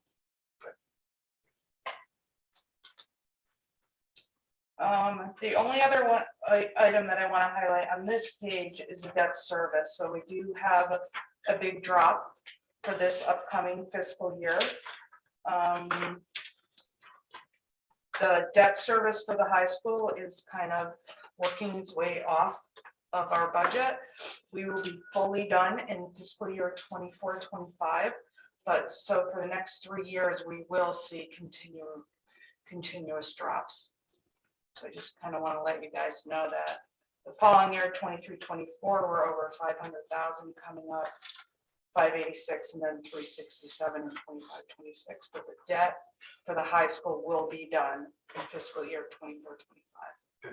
And I just want to take this opportunity to make an analogy with the school renewal plan that's going to referendum, because the plan involves using bonded funds to pay for the construction. We will see something similar where in years 6 through 10, I think, of the plan, if it passes, we'll see the highest tax burden impact, and then it'll start to go down, and eventually we will have paid off all of those bonded funds. And so we need to, again, for contextual purposes, we need to view the school renewal plan bonding money not as a permanent tax increase, but as bonding that will rise over time and then fall and taper off. And we do look at bonding town-wide, so it's not, you know, just the school and just the town. We do look at the total town-wide, and the thought is going forward, the debt service for the new school renewal plan will be held on the town budget side versus the Board of Ed budget side. This is very unique this was 20 years ago when they had decided to keep it on the Board of Ed. It's not common throughout the state, so the plan is in the future to move it over to the town side. And we do look at the total debt service for all of the CIP projects. Okay, so the next page in your green book is a summary by object, and you do have another handout. This is page 20. You do have another handout, hopefully in front of you, that I did provide backup for each one of these lines. If nothing else, I think this document will help answer a lot of your questions. I went through each object based on these categories to try to highlight information for you.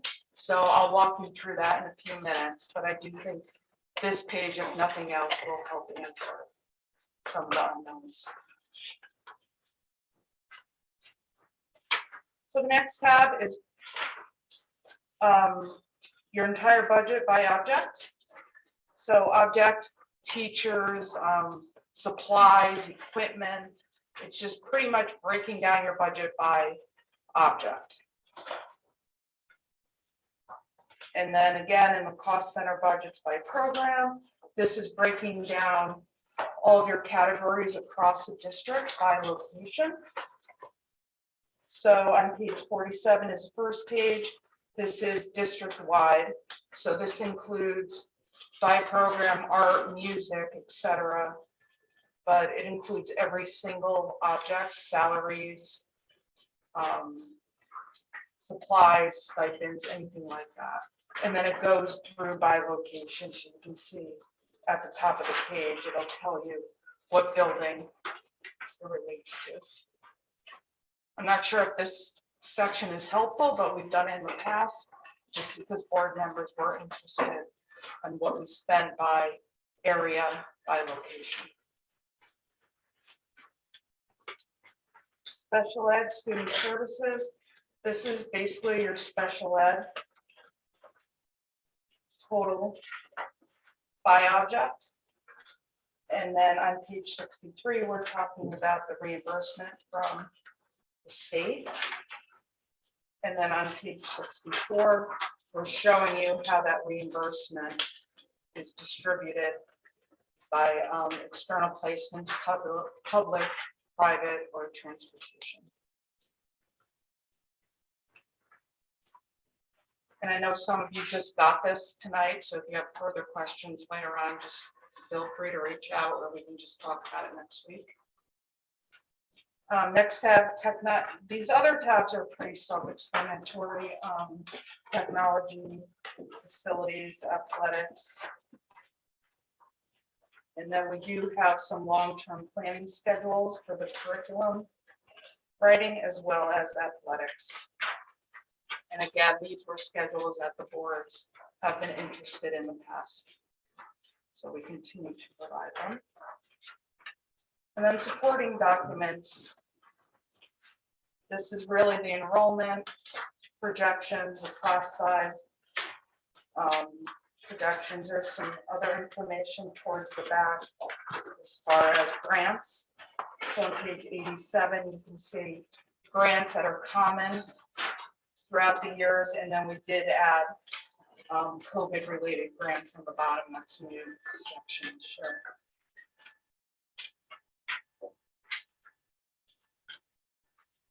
So I think that's it as far as your budget document, unless anybody has any questions at this point. Otherwise, if you do forward them, we can answer them next week.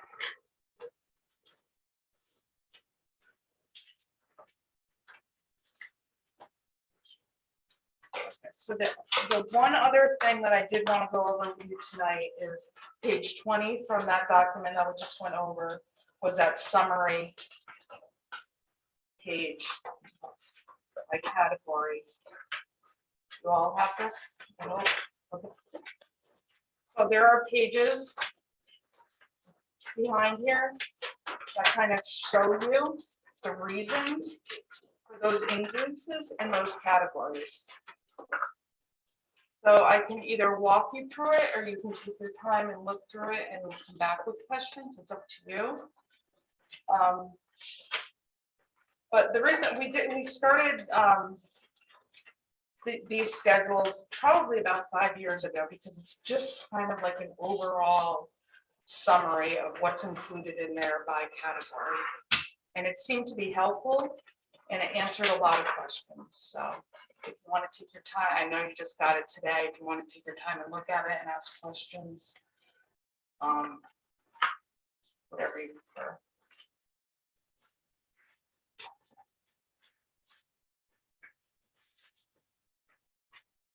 So this does include, obviously, it comes to the 1.72, so it includes budget assumptions, additional budget requests. They are highlighted in this document.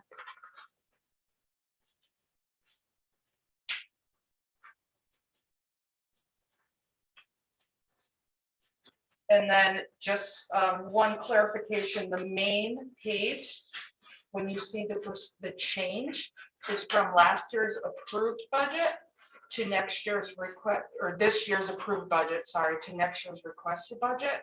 But when you go to the detailed pages, we actually compare the revised budget to next year's requested budget, so you can see the impact of any line transfers that were approved by you all so far this current fiscal year. So that's just one little caveat, because you're going to look at the pages and it's not going to match the front page because it's based on revised budget versus approved. It just seemed to be helpful for passports, and I can certainly do it another way if it's helpful to you guys, but that's been working the last few years.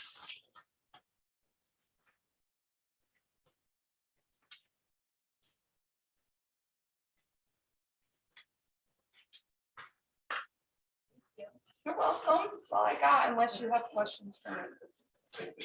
Welcome. Well, we've got a week for that. Well, I already conscious I had a half-hour conversation with Stacy earlier, so. But I'm not done. You know where I live. I got your number now. Thank you so much, Steve. No problem. Thank you.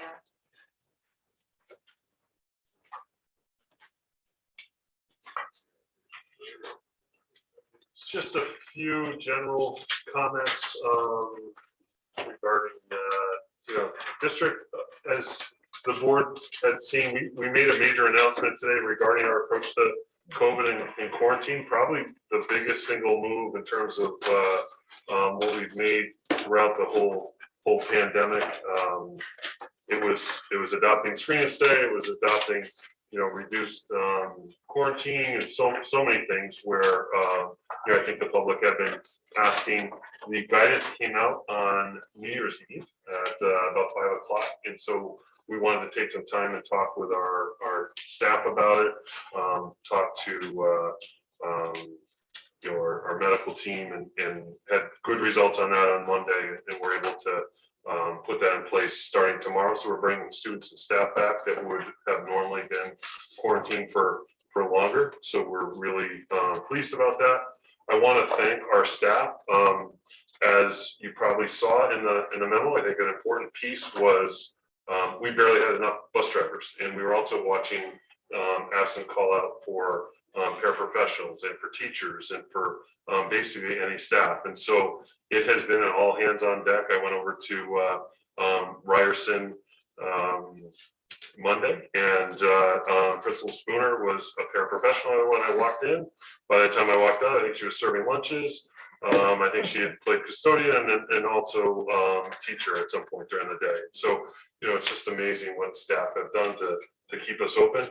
I really view the most restrictive piece that we could have is being closed. And many districts in Connecticut and around the country did close on Monday. And so really proud, that our staff, that they came in and worked with us. We handed out tests on Sunday to symptomatic staff that allow them to test before they had to come back. And so I think we were doing a lot. I will share as we respond, and as I shared the emails, most of those major decisions are out of our hands. You know, the masking requirements, the quarantining requirements are set by the state. It's not a matter of us, you know, going against the governor or the state Department of Health. Not sure why we'd want to do that anyway, but you know, it's not a matter of us being able to do that. And as well, as I say that with my mask down, just to take a drink of water, wearing a mask is really not as much. It is for yourself, but it is about others around you. And so that's a big piece of wearing a mask, is keeping other people safe. And so that's why we've asked people to wear a surgical mask rather than you know, a cloth mask. The CDC has come out against the Omicron variant that basically a cloth mask is not effective.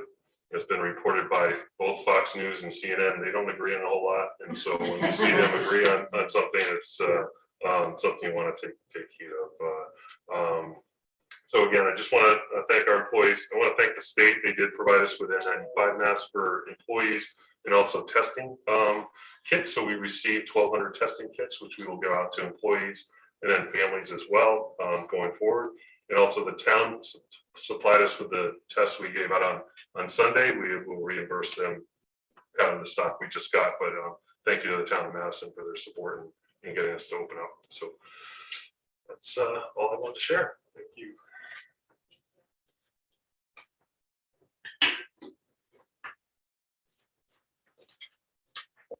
Thank you, Dr. Cook. Next on the agenda is board member comments, and I would like to start that with just a couple quick announcements. I've appointed Mary Ann Connolly as the board's liaison to the town ad hoc cannabis committee. This committee will be making recommendations to the Board of Selectmen regarding cannabis related regulation. Mary Ann's background in public health as a nurse will prove helpful as the board offers input on the public health aspects of marijuana consumption and regulation as it pertains to our youth and schools. And also, congratulations, Mary Ann, and thank you for accepting that volunteer post. I also congratulate and thank Emily Rosenthal, who has been appointed as the board's liaison to the town Ad hoc American Rescue Plan Act Funding Committee.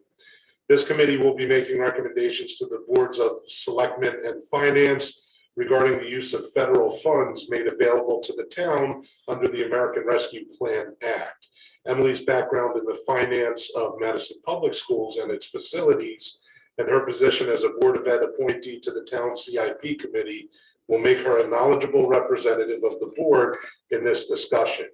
Notably, it was requested that the board appointee be a member of the CIP committee, and this appointment was offered to both of our CIP representatives. Between them, they chose to have Emily represent the board on the ARC committee. So yeah, I think Galen stepped back and Emily was left standing there. The best person got the job. But congratulations to both of you. And again, thanks for volunteering. I'm confident you'll both do good work representing the board on these important committees. Other comments? Yes. I knew I was gonna say something. I have a few comments actually about multiple things. So first I did want to make a comment about some of the things that I heard from the audience regarding parity between schools. And this is not the first time that the audience has informed us of possible discrepancies between elementary schools. So I would like a follow-up with this to ensure that we do have parity between elementary schools and that they're not having different policies when the district policy is the same. So that's the first thing. And that goes for regarding the mask policy about how much they are reprimanding for masks. That goes with regard to outdoor recess and mask use. Pretty much everything that was discussed. I just want to ensure that our community knows that we are listening and that it's being looked into. And if we get a follow-up report at the Board of Ed level, perhaps that would help out with communication efforts. I totally agree. So happy to report at that next meeting. The one thing I'll say about Perry though is we have to keep in mind our buildings are built differently, and also we were experiencing very, very different positivity rates in between buildings. And so we had one building that we were considering closing, like we were close, and another building that wasn't having any positivity rates. So that's going to change things. So one building may shift to eating in the classroom, doing different things based on that, based on what we're seeing, in that building. So I think we just have to keep that in mind. It may not be that we're able to accomplish that throughout. I think we have to be flexible and shift, but I'm happy to work with the principals and point out where we are. Would we be able to make that public? Could we make those, maybe, or communicate that maybe a little bit more? We do within the school community, in terms of Yeah. the cases and stuff like that. So the principal of Jeffrey had shared quite a bit about the cases that they were experiencing and the steps they were taking. And it was not like A to Z, it was like several steps, throughout to make changes. But then the other schools, do they get to see and hear about that as well? Or is that just for the community Just within? for the Yeah, so what I'm saying is I'm wondering if maybe there could be I mean, some. we do have something a count on the website. We have a count, but not everyone is going to necessarily visit that. I understand that. Yeah. And I gotta tell you, the website is not an easy navigation when you're looking for things. And I mean, I'm not the most tech savvy person, but I can pretty much find my way around. And there are many times when I'm looking for something, whether it's on, the town site or the Madison Public School site, where you just can't find your way there.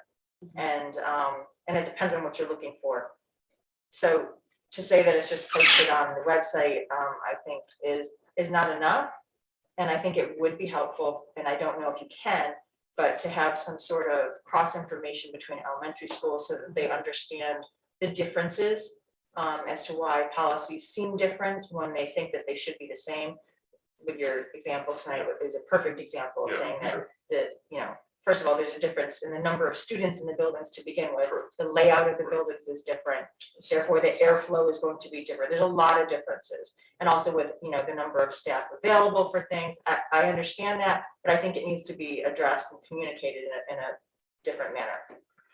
I think that would help if a medical person got involved in that communication. And we're part of that communication, whether you send it out or we have a meeting or, a statement, so that they can understand that if this is not coming from this is coming from the state and from medical recommendation. I agree with you, but I mean, I think that we have actually addressed that pretty much ad nauseum. It's a matter of whether or not. But I mean, it's our own person, like our doctor, our medical, our advisor here, and our public health person. If they could. And do you want their names on the communications? that Like you're the saying, names or- be on the communication, so they're a part of it, so that they know that we're in communication with all of that. It's not just something that the school is randomly made up and. I think, even when we first reopened our district, we had that huge reopening plan, and I don't know if everyone really read every name on that front page, because there was like 50 names of people that contributed in their various positions to the reopening I think plan. there's just two people, Dr. Goldberg and Trent.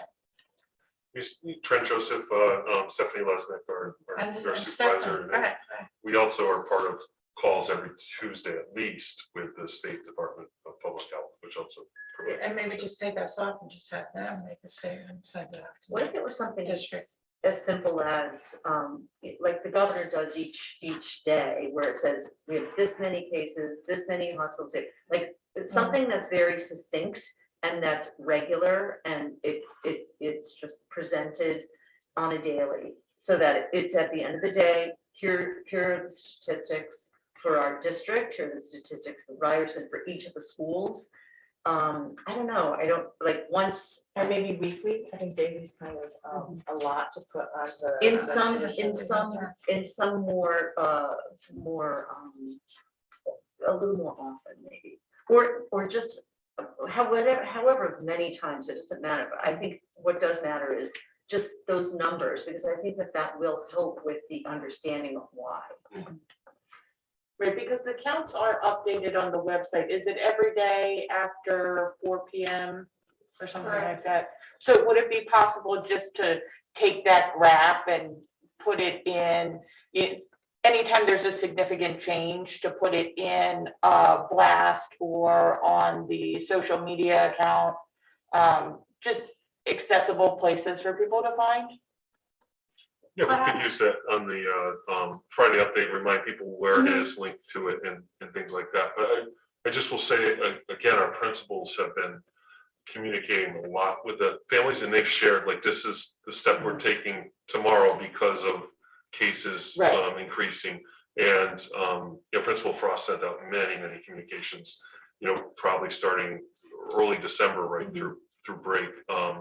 Oftentimes, we feel that most of the spread that or the calls that we get, the contacts are from outside of the buildings. So we're hearing of contacts, for sports and sleepovers and things like that. And I feel students should be doing those things. Like, I feel like we need to be doing things. I feel like sports need to happen. But a lot of times that's where we're seeing like cases come up, and so it's not necessarily one school is safer than the other or something like that. But we can definitely look at, especially in light of the new quarantine rules and how that will work, how we're communicating that out. I think there was some confusion as well because of the change with the PCR test, versus, Well, there's so much information and it's all. the at-home testing, and then the change in the quarantine. And a lot of people, confuse the terms of isolation and quarantine.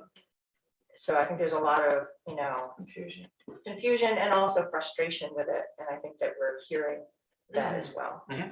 Yeah, and if they're in different schools and they don't know what's going on in the different schools, so they don't. Yeah. But at the same time, I think maybe if, like, for instance, when I was reading the updates, we know that the desk shields are available in certain schools, but not used, not required to be used in the classrooms, whereas in the, K-3 level, they're being used in the classrooms daily from, all day.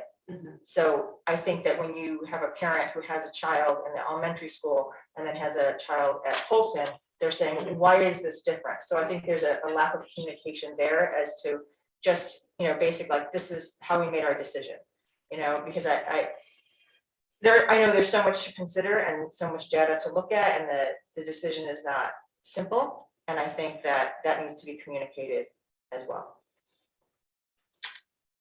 But as part of that discussion, I would also point out that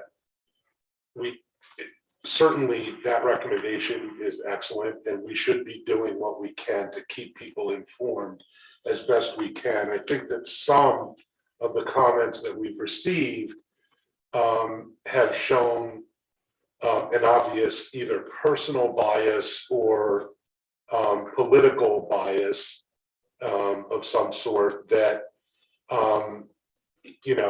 they're entitled for us to listen to them, and they're entitled for us to make more information available, and we should do that for everyone wholeheartedly. But for folks to ask us questions like, why are we slavishly following the governor, whoever the governor happens to be at the time, and you're not following science and it's obvious and blah blah blah, when we are trying to follow science. I think we do have to take a deep breath and know and trust that we are trying to follow the science. And the governor, I don't care what your political persuasion is, the governor is at least overtly making an attempt to follow science as well. And we're, whatever the case may be, when there are laws involved and regulations involved and emergency regulations involved, we're bound by them. So even though we're more than happy to listen to everybody's concerns and everybody's expressions, we have to operate as a board with science and with law and legalities in mind. I don't think that what Diane is saying is different than what you're saying. Yeah, no, I agree. Oh, Yeah, no, I agree totally with that. Yeah, I think. I was just saying, there were some people, doesn't matter how much information we provide, I think that may still feel like we're not doing the right thing. I think you're hearing frustration. Yeah, So I think yeah. to a certain degree, everybody's feeling that. But I do think that, one of the misunderstandings is that we have instituted this policy where we don't comment or answer questions during a Board of Ed meeting, that's new. That's not new. That's always been our policy. Yeah. But I think that we've had such an increase in parent participation that, if they weren't participating previously, they may not have known that that was always our policy. And not just our policy, Diane. Right. That's a boards of ed everywhere. If you watch any Board of Ed or go to any Board of Ed meeting, that is the way that it works. And so I think and it's a great thing now, we have so much more participation from the community. I think that that's a wonderful thing. Zoom really created a situation for us to have so many more people participate, and I think I think it was the pandemic. Yeah, well, I mean, the opportunity to plug in on Zoom, but I think, I lost what you call, but we've always done this. Yes, that is how it's always been, and now it just seems to, people are understanding the process now, which I think is great. Except I will say there's no obligation for boards of ed to make that public session available. We choose to do it. Yes. And the way we do it is the way that boards of ed in Connecticut who choose to do it, we do it the same way as most do. Exactly. I think also, a lot of the public participation has been more comments and less questions, or questions that they actually want answered versus Getting their frustration. So I think, we can just reiterate that if you have a question you would like the board or the superintendent to answer, then we have email and we have contact links on our websites that we encourage you to use and to ask, and you will get a response. I think that's a really good point. Because if there was one theme that came through the meeting was, we come here, you sit silent, when do our questions get answered? How do they get answered? And I think we have to answer that question. I think that is one of the answers. Another thing we might consider is, following a board meeting, listing a number of questions and then responses in one sheet or page that people who attend the meeting could go back to and go, here are the answers to these questions. So that when they come to a board meeting, they don't leave feeling like, we get these silent people here and we never get our questions answered. That's a good point, because it is great that we've been able to enjoy such increased participation over the course of the last 12 to 18 months, but I would hate for us to lose interest in participation because people feel that it's a fruitless effort. So I think, that's a great suggestion there, Steve, about, following up with kind of like a one page of these were the questions hot posed, topics, here so are to the speak. answers. Because I do see, and we all see the answers.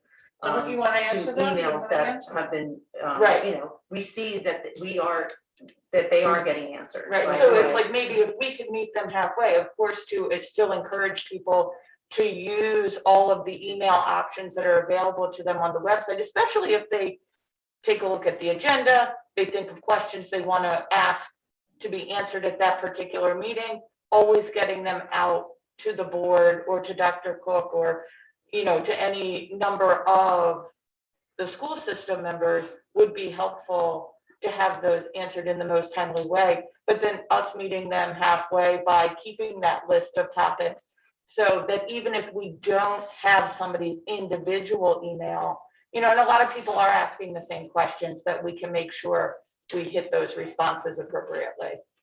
The other thing that deals with is, you have no way to follow up when someone says, Well, I sent an email. I sent emails to several people and I didn't get an answer from anybody.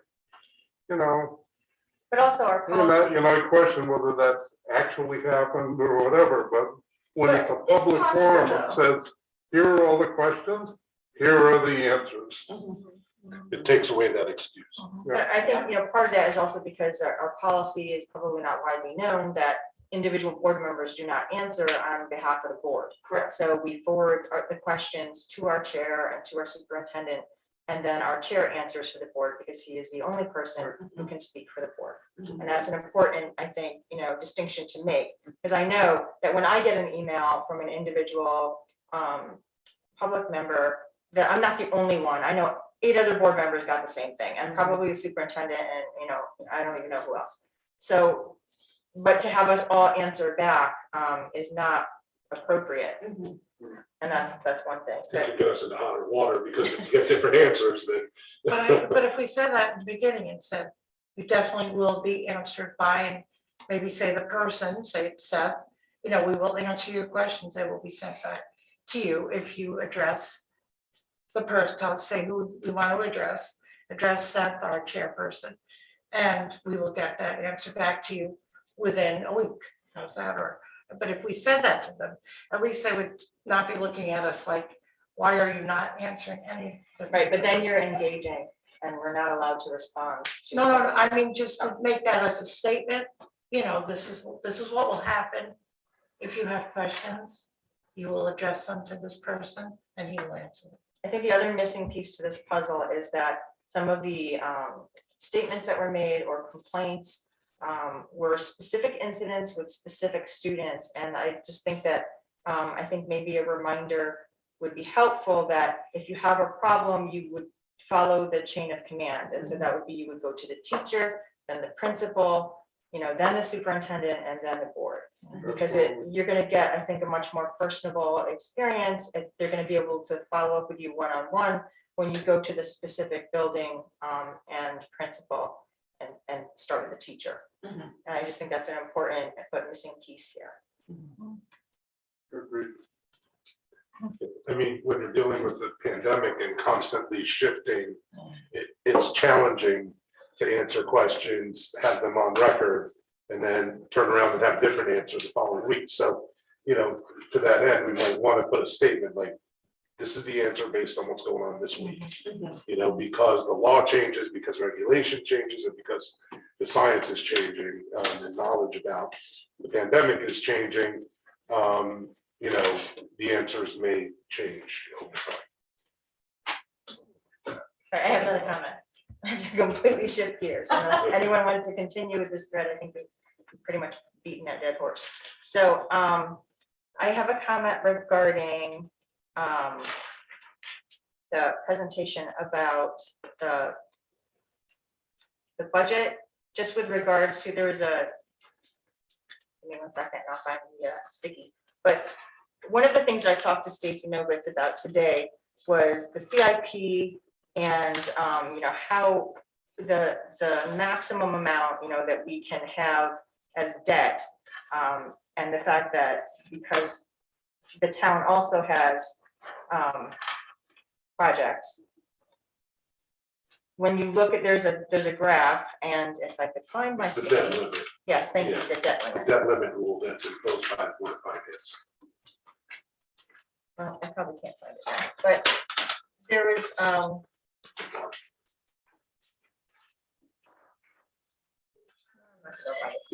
so I just wanted to say that if you go to the Town of Madison website and you follow the departments to the Department of Finance and go down and find the CIP, there are graphs on there that show you, where that debt limit is. And just because I think it's important to know, not just with regards to our school renewal plan, but because they're also talking about the same referendum, talking about academy, but there's a graph that shows you that we still remain below that line. And so there are 2 graphs that you can actually look at, which if I could find my sticky, I would tell you what page it is. I can't find it, so you're on your own. But it's there, and it might be page 20, but don't, quote me on that.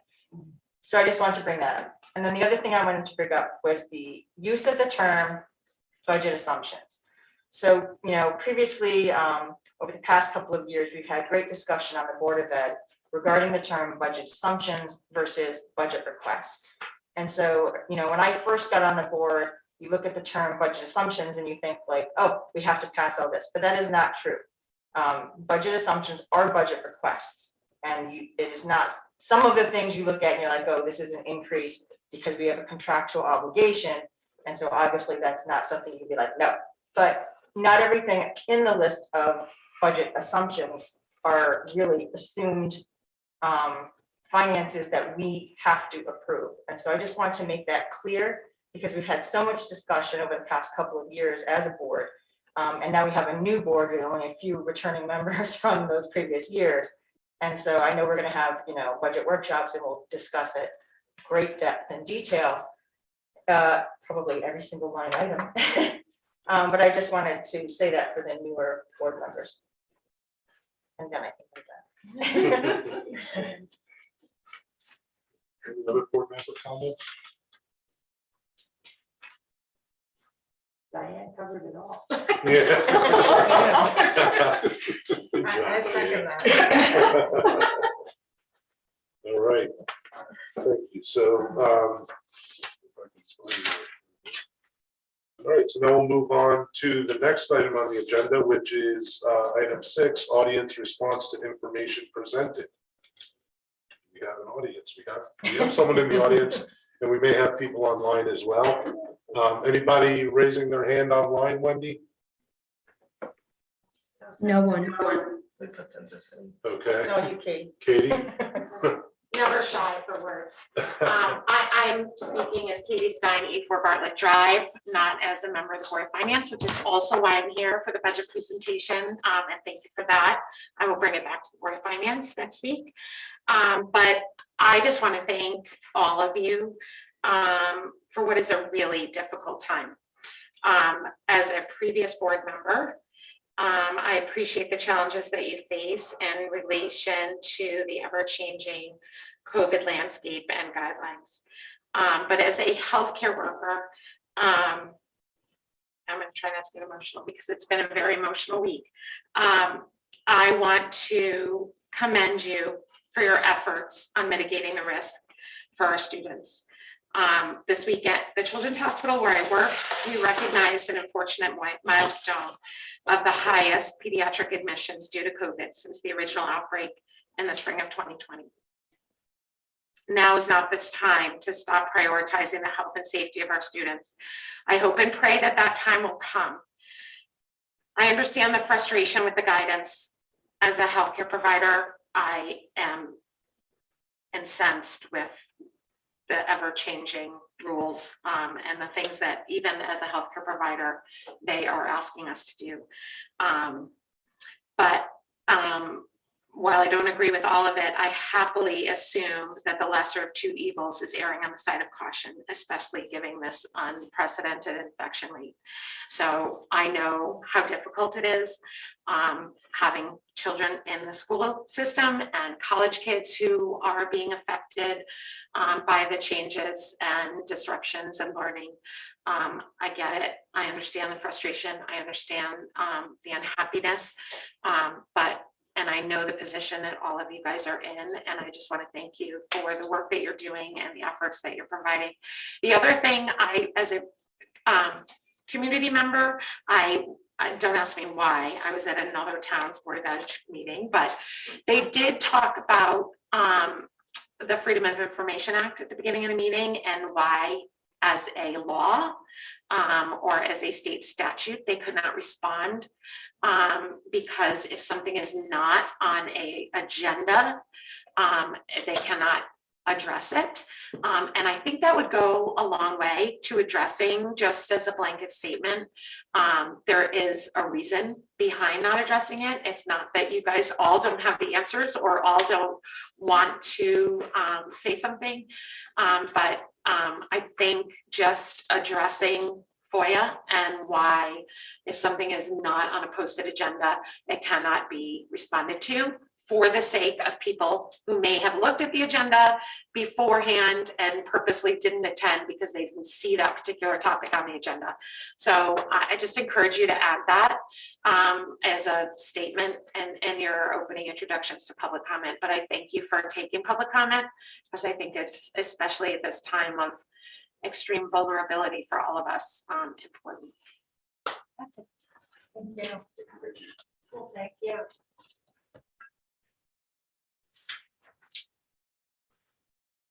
Okay, any other audience response to materials presented online, going once, going twice? Seeing none. We'll move on to our next item is the Board of Selectmen Liaison, Scott Murphy, but Scott is otherwise occupied and unable to be with us this evening. So we will bypass that and go to the consent agenda. That just consists of line item transfers and budget expenditures as of January 4th, 2022. I need a motion to approve the consent agenda. Emily, second. Galen. Any discussion on the consent agenda? Discussion? No. All in favor, say aye. Aye. Opposed, nay. Abstentions? All right, it carries 8, 9, 1, 2, 3, 4, 5, 6, 7, 8. All of us are here. It's 9-0. Okay. Next item, board committees and liaison updates, starting with the Curriculum and Student Development Committee. Steve. Yes, we met this evening. Members present were Kathy Miller, Jim Gordon, and myself, and our Assistant Superintendent and our Board Chair and Dr. Cook. It was a stimulating, I would say, conversation that focused on the mathematics curriculum. It started with a presentation of the mathematics guiding document. And what came from that discussion was that there has been a ongoing and vital process that has been in place starting some 8 years ago, with the leadership within the math department really looking at the outcomes that they wanted to see come out of the math instruction, and a general dissatisfaction with what they felt was the inadequacy of the core curriculum and its direction, and the state curriculum. And mostly what was guiding that was a sense that, based on the mission statement and our action plan, having mathematics fluency and a deeper understanding on the part of our young people of the concepts of math has not been strong enough. And so it began a shift at looking at how the curriculum could address strengthening of conceptual understanding. And that's a significant change, I will tell you, as an educator, from the focus of mathematics instruction that has existed for a long time. So, that report, clearly said this was something that was not a top-down directive, but really generated by the math teachers and the people leading the department. That then led into a conversation of, as they sought a better curriculum to support that conceptual work, they discovered the illustrative math, which is an open source curriculum, is widely used throughout the country with good results. And their initial look into it excited them and excited the math teachers. So they pursued it further, got some professional development and guidance from Craig, and began to implement in 2020, 2021, initial instruction on grade 6. Within a relatively short time, began to see evidence of deeper thinking on the part of students and better problem solving. You know, for members of the board and for the public to really understand the essence of this is, you know, rather than the mechanical instruction of math in terms of the process of, you know, how do you do problems? How do you pass a test? How do you learn mathematics for that function? This is much more about how do you deal with real life issues and problems. The other dimension of this is not only is it a focus on problem solving, but it's a focus on working with partners, teams, and other students to be able to think through problems to develop those concepts. That is a significant change, and one, you know, that the board members found pretty stimulating and exciting. You know, so that's a short summation. Part of the agenda was a presentation on media literacy that was postponed until the next meeting because the presenters had some health issues and couldn't attend. There was no public comment. Meeting adjourned at 6:28. End of report. Thank you, Stephen. I have a question. I can't remember, but I remember they presented a significant increase in a test score. And I don't remember what grade level that was. Can you tell me? 8th grade. 8th grade, thank you. Sorry, Steve. Steve, you sound different. We could use ventriloquism with the masks on. So. Any other questions for Steve? Thank you. Facilities Committee, Emily. The Facilities Committee met this evening. Mr. McMinn gave updates, starting with an update on the Polson and Brown front entryways. He did receive 6 interested bids by the December 21st deadline, 2 of which were qualified bidders. 1 we've worked with in the past. They also accepted the low bid. For Brown School, it's a company called JLY. They have worked with us in the past. The Polson work will be done by another company, KHP. They are new to us, but they have done other municipal and school work. Bill hopes that we will get the materials here in time, and they will only start work once the materials are on site, because the work will impact the front offices. The principals need to move out over the summer. The timeline for the work is June 20th to August 15th. And the goal is to be completely done with the work by August 15th, so the principals can return and get organized for the beginning of the school year. This construction does impact the summer school sites. Because Brown is the usual site, but we hope to do a smaller program at Ryerson, and the administration is working on that. Mr. McMinn also gave an update on proposed work to the Polson front hallway. This will be part of the second phase. He did mention there's asbestos tile beneath a portion of the hallway, which makes the work more costly and more complicated, but so the plan may have to be modified accordingly. The goal of the project is to install new flooring and lighting, making the entryway to this building much more welcoming, and that work is included in this year's planned and cycle maintenance budget proposal. He then just gave a general update on the facilities. They were able to successfully repair the rooftop units at Daniel Hand over winter break that we've heard about in the past. They will replace 1 unit for the cafeteria and do some mitigation work to hopefully prevent future problems.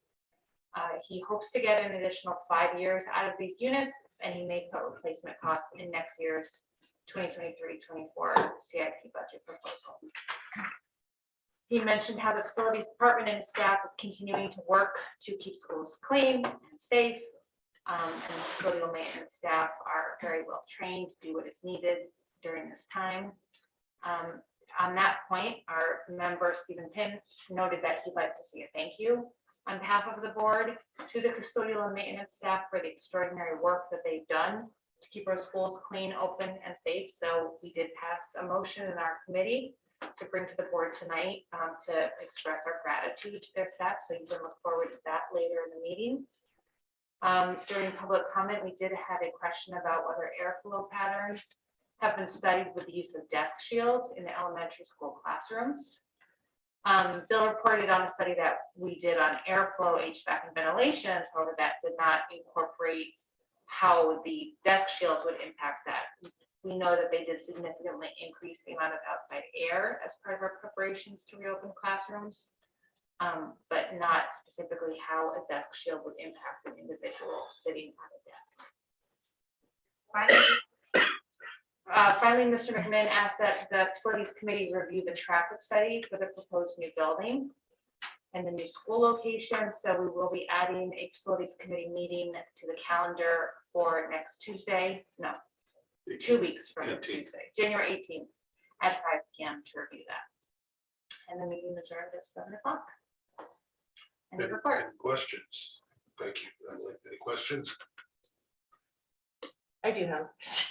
Go ahead. So the extra 50,000 that Bill is asking for in our budget requests or assumptions, is that in addition to the yearly annual amount, or is this a one-off thing?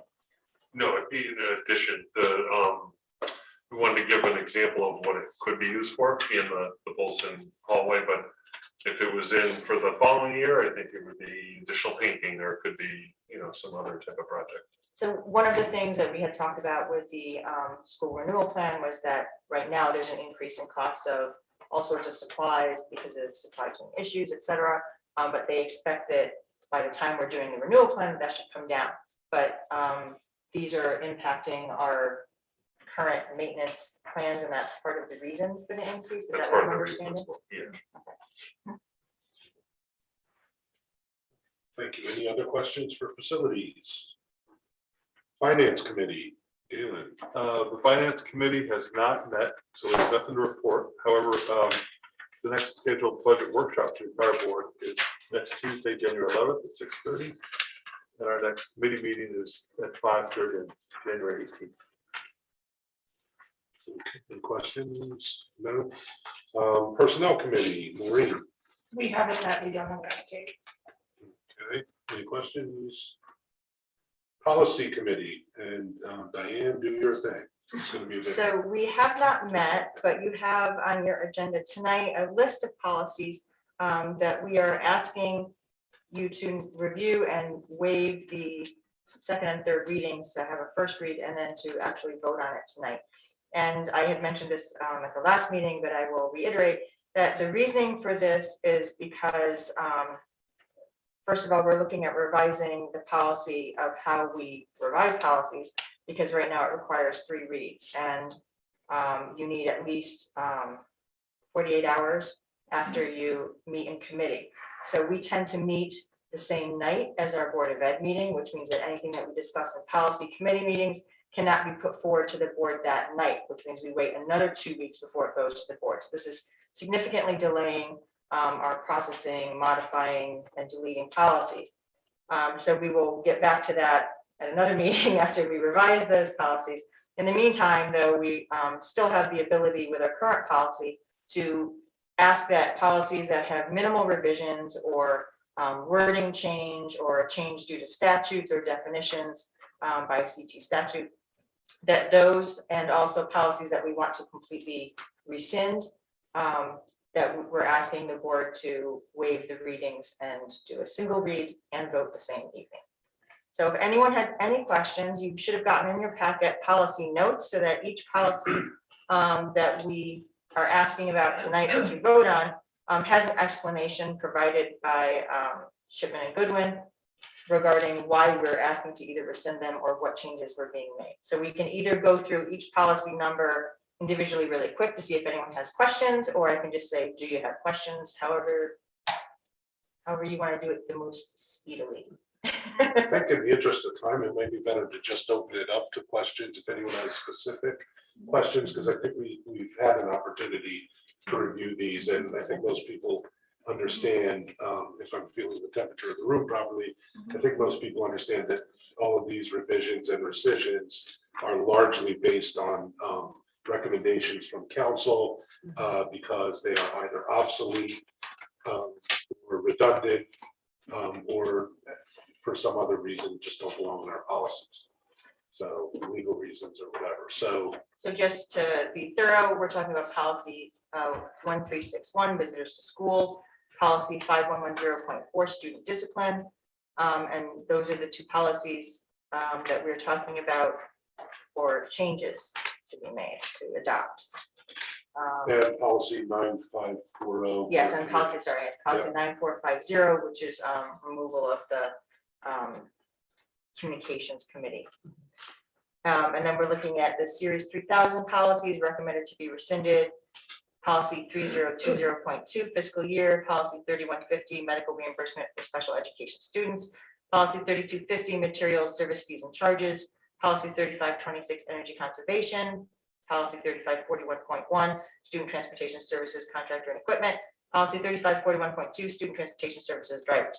The policies to be rescinded in the series 4000 would be 4,000 concepts and roles of personnel, 4030 employees leave of absence, 4031 professional development days teacher requested, 4031.1 professional development, 4060 evaluation supervision, 4111 recruitment selection, 4112.1 certification, 4112.2 health examinations, and 4112.4 orientation. Any questions on any of the policies? Yes. What, I don't have it in front of me, and I can't remember, what was the change to policy 1361, visitors to school? So policy 1361, it was only revised to reflect the change where visitors register. Okay. Any other questions on any policy? I just want to comment, the document in the packet that went through each one, highlighting what was being changed and or revised is very helpful. Yeah. And for that reason, I have no questions. Thank you, Debbie. Yes. My recollection on the student discipline, that one of the changes had to do with including language around discipline being included on transportation. Yes. And I was wondering about the cell phone policy on that via transportation. And I'm not up to speed on what the policy currently is in the school, but I know historically in other districts, being able to use a cell phone on the bus going home can sometimes be a safety issue, a communication issue to home. If there's delays or difficulties or whatever, it's just, maybe it's, not a point for a huge discussion, but it was something I was wondering about. I can speak to that. So cell phones are able to be used by students on the bus. Yeah. Yeah, I'm not aware of any. Again, cell phones are able to be used on the bus by students. So the changes within that policy regarding student discipline had mostly to do with the definition change of cannabis and how a student would be disciplined if they are caught possessing or using cannabis on school grounds, and that includes school transportation. The other major change was the addition of the transportation to anywhere that it was saying it was on school grounds. It also includes school transportation. And then I think that the other change was and those had to do with the change in the Connecticut general statute, and that's why those were changed. And then they also had to change any references to remote learning because there was a new definition from a special session from Connecticut. So it was a public act. So any definition regarding remote learning had to be changed, and also the definition of bullying had to be revised to conform with the new statutory definition. And those were all the changes that were made regarding 5110.4 student discipline. Any other questions about any of the other items up for bid tonight?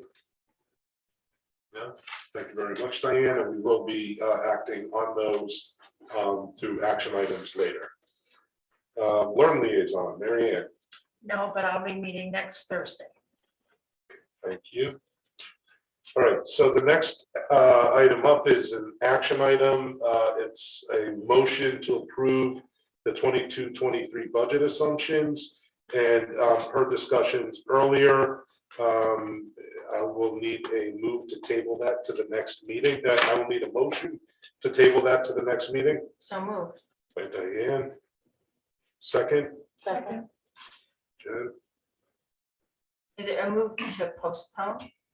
To table it till the next meeting and then, but I want to use this opportunity that, well, let me open it up to discussion. We're voting right now to table action item 11, open it up to discussion, and I'd like to kick off that discussion by pointing out that in order to accomplish that, we as a board need to come up with a date in the very near future before the next board meeting for us to kind of workshop the budget assumption document. Not everybody needs to be there, but certainly if you want to be there, we want to try and get as many people as possible there. I would certainly recommend that the newer board members try to be available for that because it'll be a way of getting everyone on board with understanding the purpose, the ideology, the background, whatever of that document, and then also discussing specifics about what, if we'd like to change it or not in any way. And I'm not suggesting we should, I'm just saying, open it to discussion among the board. So I think the way I'll handle it is I'll work with Wendy to set up one of those Google doodle surveys, and we'll pick a date that works best, and we can do it by Zoom. Make it easier to find the time to Zoom it. If I could suggest maybe the 11th, we only have an hour and a half on the agenda for the budget workshop. You could go before or after, so you're not looking for another. Right? Next Tuesday, 11th. Tuesday the 11th. That sounds good. 6:30 to 8, right? Go earlier. Yeah. So we could either. I won't be able to go to that one, so. Oh, okay. I mean, I can send you all of my questions and comments, Oh, boy. but I would prefer to be Yeah. there. But if that's what works best for the rest of the board, then I will just send my document. Well, you are on the finance committee and you did raise the issue, and I think we owe it to you to. Just my daughter's first fencing match. Oh, I got. So, all It's right. against Guilford. Oh, really? So, well, they're wearing a mask regardless because it's fencing, so we're good. Yeah, so why don't we do a doodle poll and see if we can find a date and time that works for everybody or most, but includes Diane and the newer members. All right, thank you. So motion was raised by Diane and seconded by Jen. All in favor of tabling the motion to approve the 22-23 budget assumptions until next board meeting, say aye. Aye. All opposed, nay. Any abstentions? Carries 9-0. Thank you. Action item 12, motion to approve the minutes of the December 14th, 2021 Board of Ed meeting. I do have one correction I'd like to have made and adopt the minutes as amended. On December 14th, in item 5, board member comments, in the second paragraph, there is a sentence that says that the school renewal plan referendum will take place on. Yes, I saw that too. You saw that too? Yes, it should say the 15th in there. Yeah, it should say Tuesday, February 15th, 2022. So if we can add Tuesday, February 15th, 2022 as the date of that referendum, that would be greatly appreciated. So I will move, I need a motion to approve the December 14th minutes with that amendment. So moved. Diane, moved by Diane, second. Second by Kathy. Thank you. All in favor of amending as noted and passing the minutes of December 14th, say aye. Aye. All opposed, nay. Any abstentions? Okay, 9-0. Motion carries. Thank you. Action item number 13, motion to approve a donation in the amount of $1,650.02 from Steady Photography to the Jeffrey School. As I understand it, this is one of those deals where as part of their service to a school, a certain percentage of the take gets referred back as a donation. I don't think there's anything controversial about that. I do definitely thank Steady Photography for this generous donation. Any discussion? Further discussion? Oh, yeah, we need to, yeah, well, first we have to call the motion. Thank you. So moved. So, okay, Diane, second. Second. Maureen. Any further discussion on it?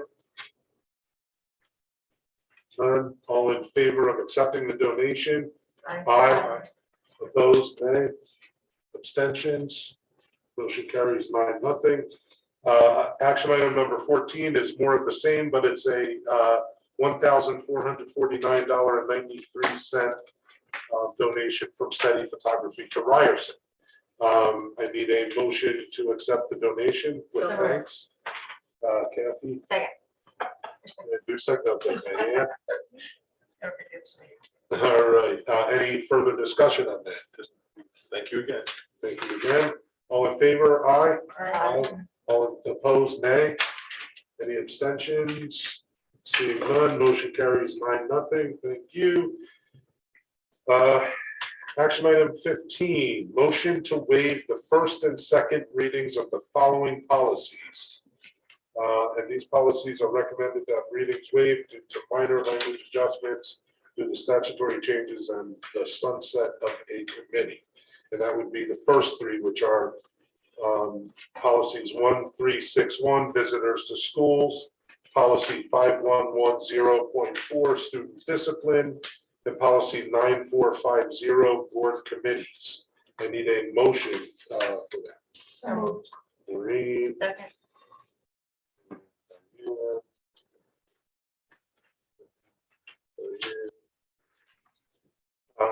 Any further discussion?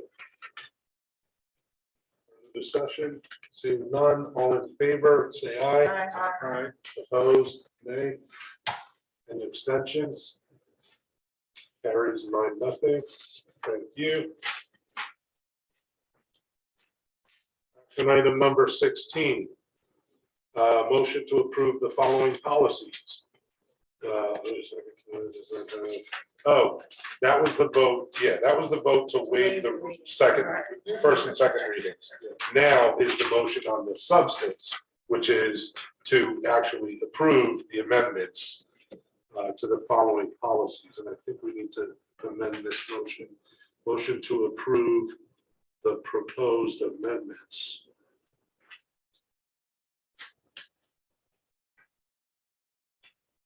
To the following policies. Those are the same three I read before: visitors to schools, student discipline, and board committees. Motion. So moved. Okay, Diane. Second. Second was, I'm sorry. Okay, Kathy.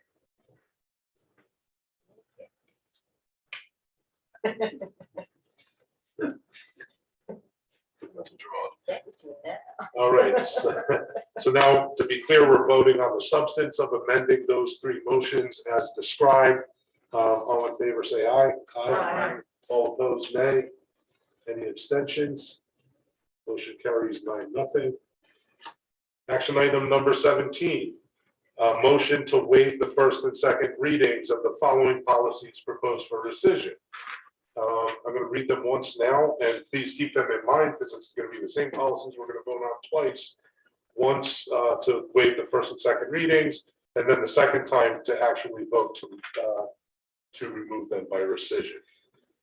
So they are items or policies 3020.2 fiscal year, 3150 medical reimbursement for special education students, 3250 materials, services, fees, charges, 3526 energy conservation, 3541.1 student transportation services, contractor and equipment, 3541.2 student transportation services, drivers, 4000 concepts and roles in personnel, 4030 employees leave of absence, 4031 professional development days, teacher requested, 4031.1 professional development, 4060, evaluation supervision.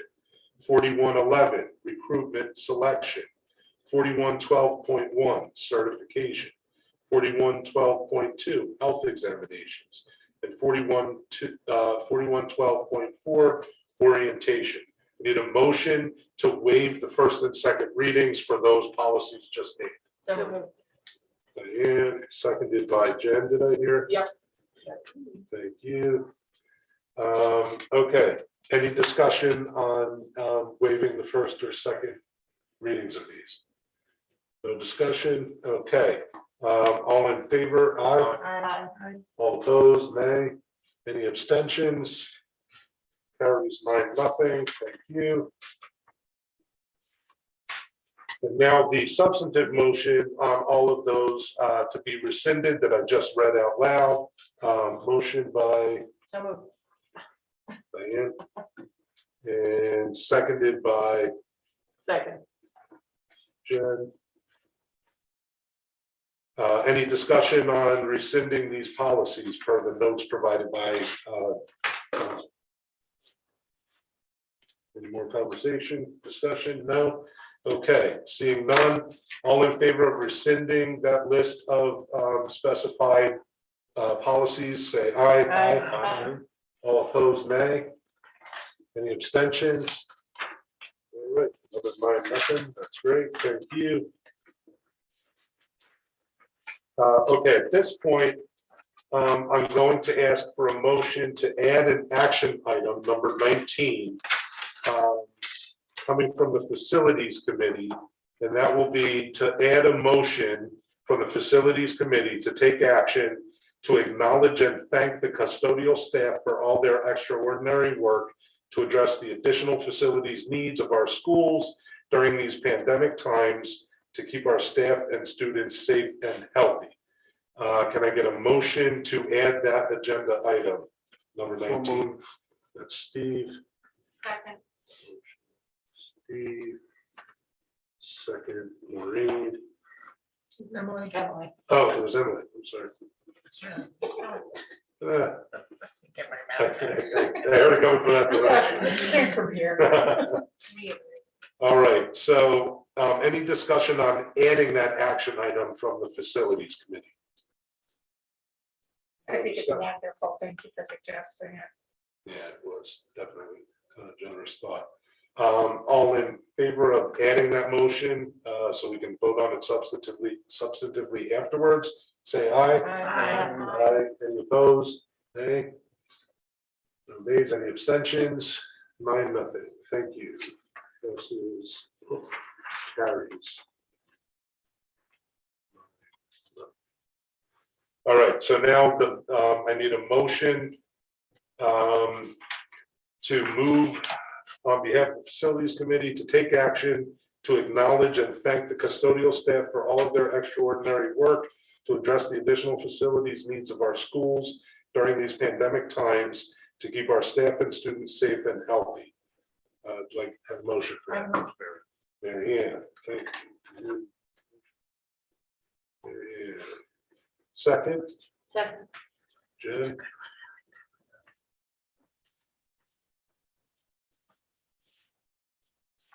All in favor of thanking the custodial staff in that way, please say aye. Aye. All opposed, nay. Oh, I forgot discussion. Any discussion? And I'll count Maureen's. Thank you. That was a great idea, Steve. That you brought to the Facilities Committee. Anything else? Nope. That's it. And a sincere thank you to, I know we're doing this fast, it's the last action item, but a sincere thank you to the custodial staff. They've really borne a lot of the brunt of this and have done yeoman's work. And thank you to Bill and his whole team. Thank you. All in favor, say aye. Aye. Opposed, nay. Any abstentions? Motion carries 9-0. Thank you all.